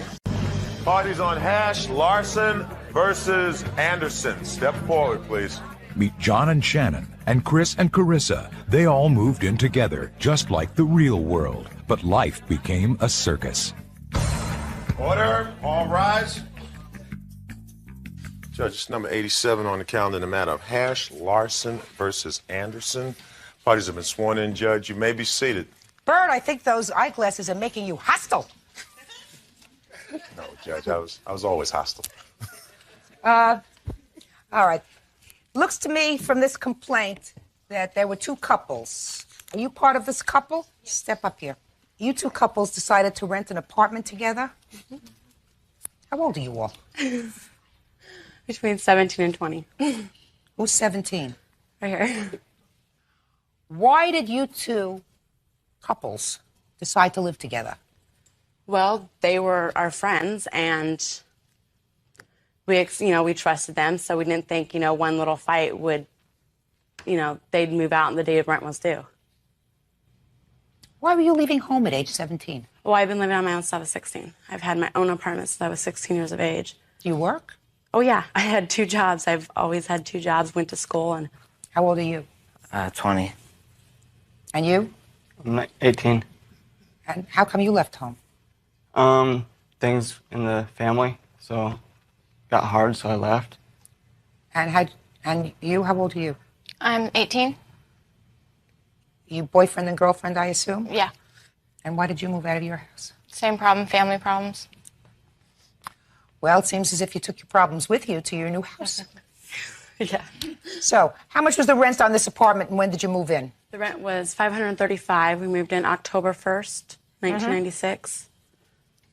And how long did you live there? We lived together. All together. The 3 four months. of you. 3 months. And how many months' rent did you 2 people pay? We paid 2. So you owe a month's rent? Mm-hmm. Right? No, I don't think I do. Why not? Because of different circumstances that happened. Well, tell me what they are. If you say you lived in the apartment for 3 months and you only paid 2 months' rent, my math isn't terrific.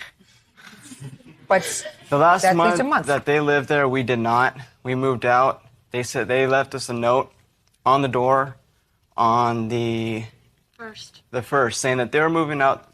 First of what? Of December. No. December. And they're moving out the 1st of January or sooner. And her dad was the co-signer. And whose dad was the co-signer? Shannon's was the co-signer. And if they leave, there was no reason for us to stay. Well, they were leaving. They were giving you notice that they were going to be leaving in 30 But we days. had to leave. Listen to me. They were giving you notice that they were going to leave in 30 days. But the note didn't say exactly 30 days. It said, Yes, it did. No, it did not. It said what? It said either the 1st or sooner. We didn't know when it was, and we didn't need to come to the apartment and then move out, and we had to move out. So we moved out first. Plus, there was an incident that happened the night before that we didn't feel comfortable living there anymore. Like what? The reason is... Just a second, okay? Ah. No, she's talking. Don't take over. The night before, there was a big fight, and... Night before you moved out, you mean? The night, yeah. And there was a big fight, and we just wanted to leave and just get out of the situation, quit the arguing. So we wanted to leave and just get out for the night. And Shannon blocked the way for him getting out, and so my friend tried to come get him out of the apartment so he could come with us to cool off, and she hit him. And so She hit your friend? Yes. That is not true. Well, what happened, Shannon? They moved in, a whole new couple, to this little 2-bedroom apartment.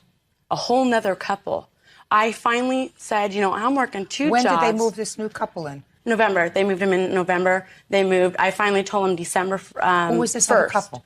They're friends. Where did they sleep? On the floor in the front room. How long did they stay there? They stayed for about 2.5 weeks, almost 3. And I finally said, it's time for you guys to go. And they blew up at me saying I had no right to tell them they had to leave. She gave consent. So no one said anything after they were moved in? I said for 2 days. No one said anything while they were moved in? Just a second. I said for a couple of days, no longer. I said I can't afford them. And they can't afford them because they were never going to work. They always called in sick every other day. Just a second. Sir, she says that she gave her consent to have your friends stay for a couple of days. Friend got kicked out of her house, and she came to us, and I wasn't even going to offer for her to stay a couple nights because I knew how Shan felt. I said, no, that probably wouldn't be a good idea. Shan's the one who brought it up. Yeah, you can stay here as long as you want, and Marvin can spend the night. I said for a couple of days, Carissa. So it continued on them spending the night, and it was fine. There was no complaints, and all of a sudden it was blown up. If she would have said something the second day, I told them very nicely. They would have left. Very nicely. I said, you guys got to leave by tomorrow. I says, we can't afford you, plain and simple. You guys got to leave. The next day, they were still there when I got off work, working both of my jobs that same day. Got home, and they were still there.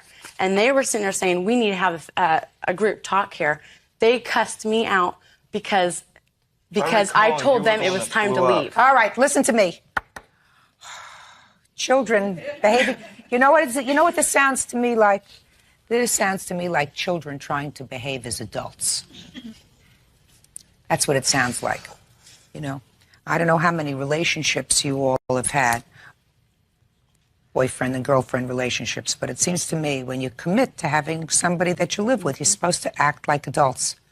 And it seems to me like all four of you have had certain troubles in your life as teenagers.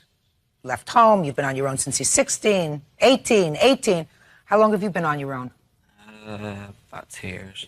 So also, since you were 18 years old, nobody's gone to college? Anybody go to college? Shh. Anybody go to college? No. I'm still in high school. I don't know where all your families are. It all sounds very peculiar to me. It sounds as if you are trying to act like adults, but not quite hitting the mark. Judge Judy will be right back.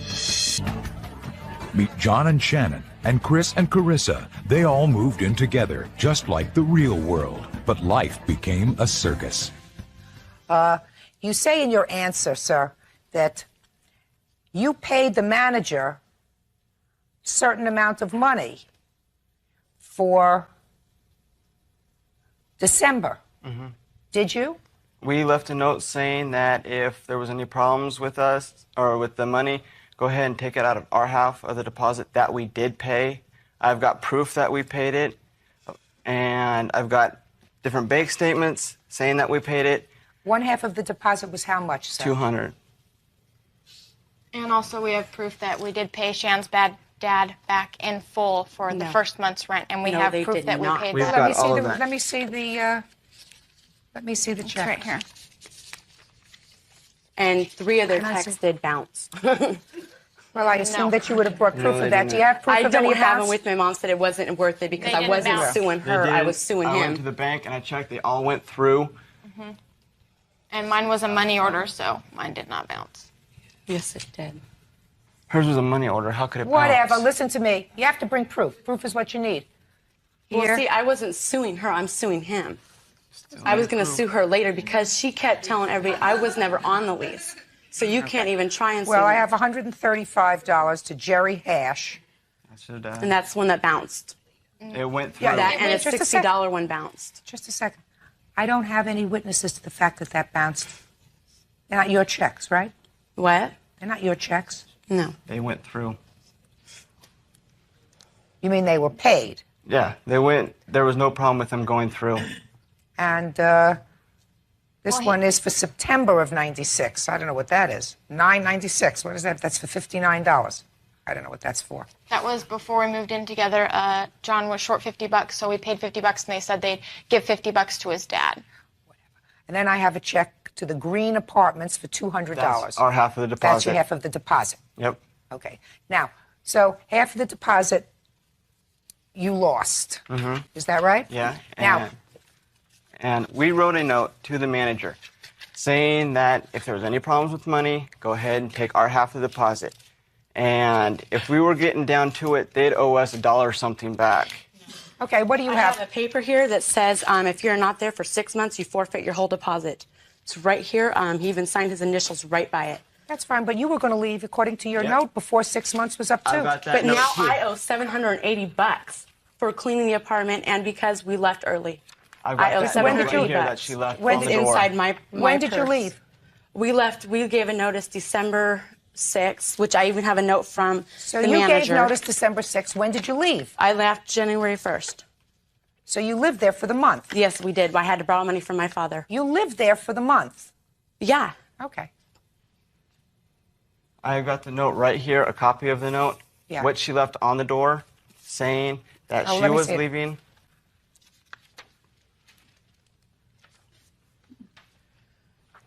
Is this the note that you wrote? I don't know. What do you mean you We don't have know? the original, too. We've got the original. If you What do want you to mean see you don't it. know? You want to show her the original that you have in there?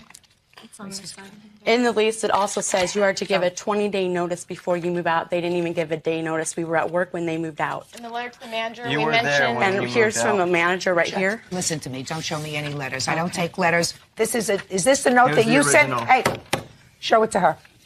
Is that the note that you left? Yes, it is. All right. Can I see that and compare so I can compare the two?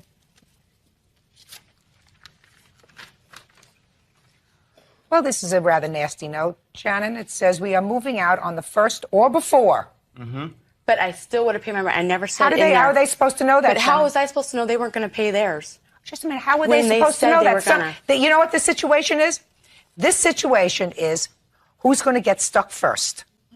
That's what it comes down to. Who's going to get stuck first? You leave them a note in violation of your lease, Yes. which says you're moving out on the 1st or before. That means that somebody's going to forfeit money under the lease. They decide, listen, somebody's going to get skunked in this deal. See, Just quiet. Somebody was going to get skunked in this deal. If it wasn't them, it was going to be you. They can't speculate because the last thing is, have a nice day. Not. You write that? Yes, I did. Well, so how were they supposed to know that you were going to do the right thing and give the right notices and anything else? When children play like children, you have to accept the responsibility for that. Somebody was going to get left holding the bag. Judge Judy is ready to rule. Meet John and Shannon, and Chris and Carissa. They all moved in together, just like the real world. But life became a circus. They moved out first, so it wasn't them holding the bag. He did pay his $200 deposit, which covers half a month's rent in December when they weren't there. You, in fact, lived there for the entire month of December. We had no place to go for that month. They moved out before us. My dad was a co-signer.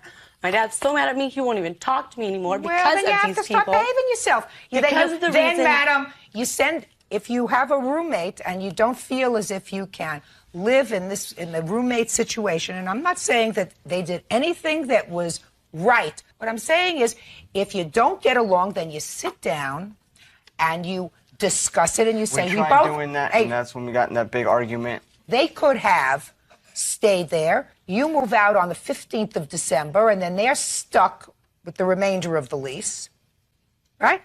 What they chose to do was to stick it to you first. So it sounds to me like you all deserved each other. This case is dismissed. Thank you. Parties are excused. You may step out. The problem was not with the two people moving in. It was the attitude and the atmosphere that was going around, and we felt it wasn't safe, so we left. They're way overboard. They don't know how to live on their own. They don't know how to manage their own money. They don't know how to do nothing. It was just tense. You walk in there, and it was like someone had their hands around you.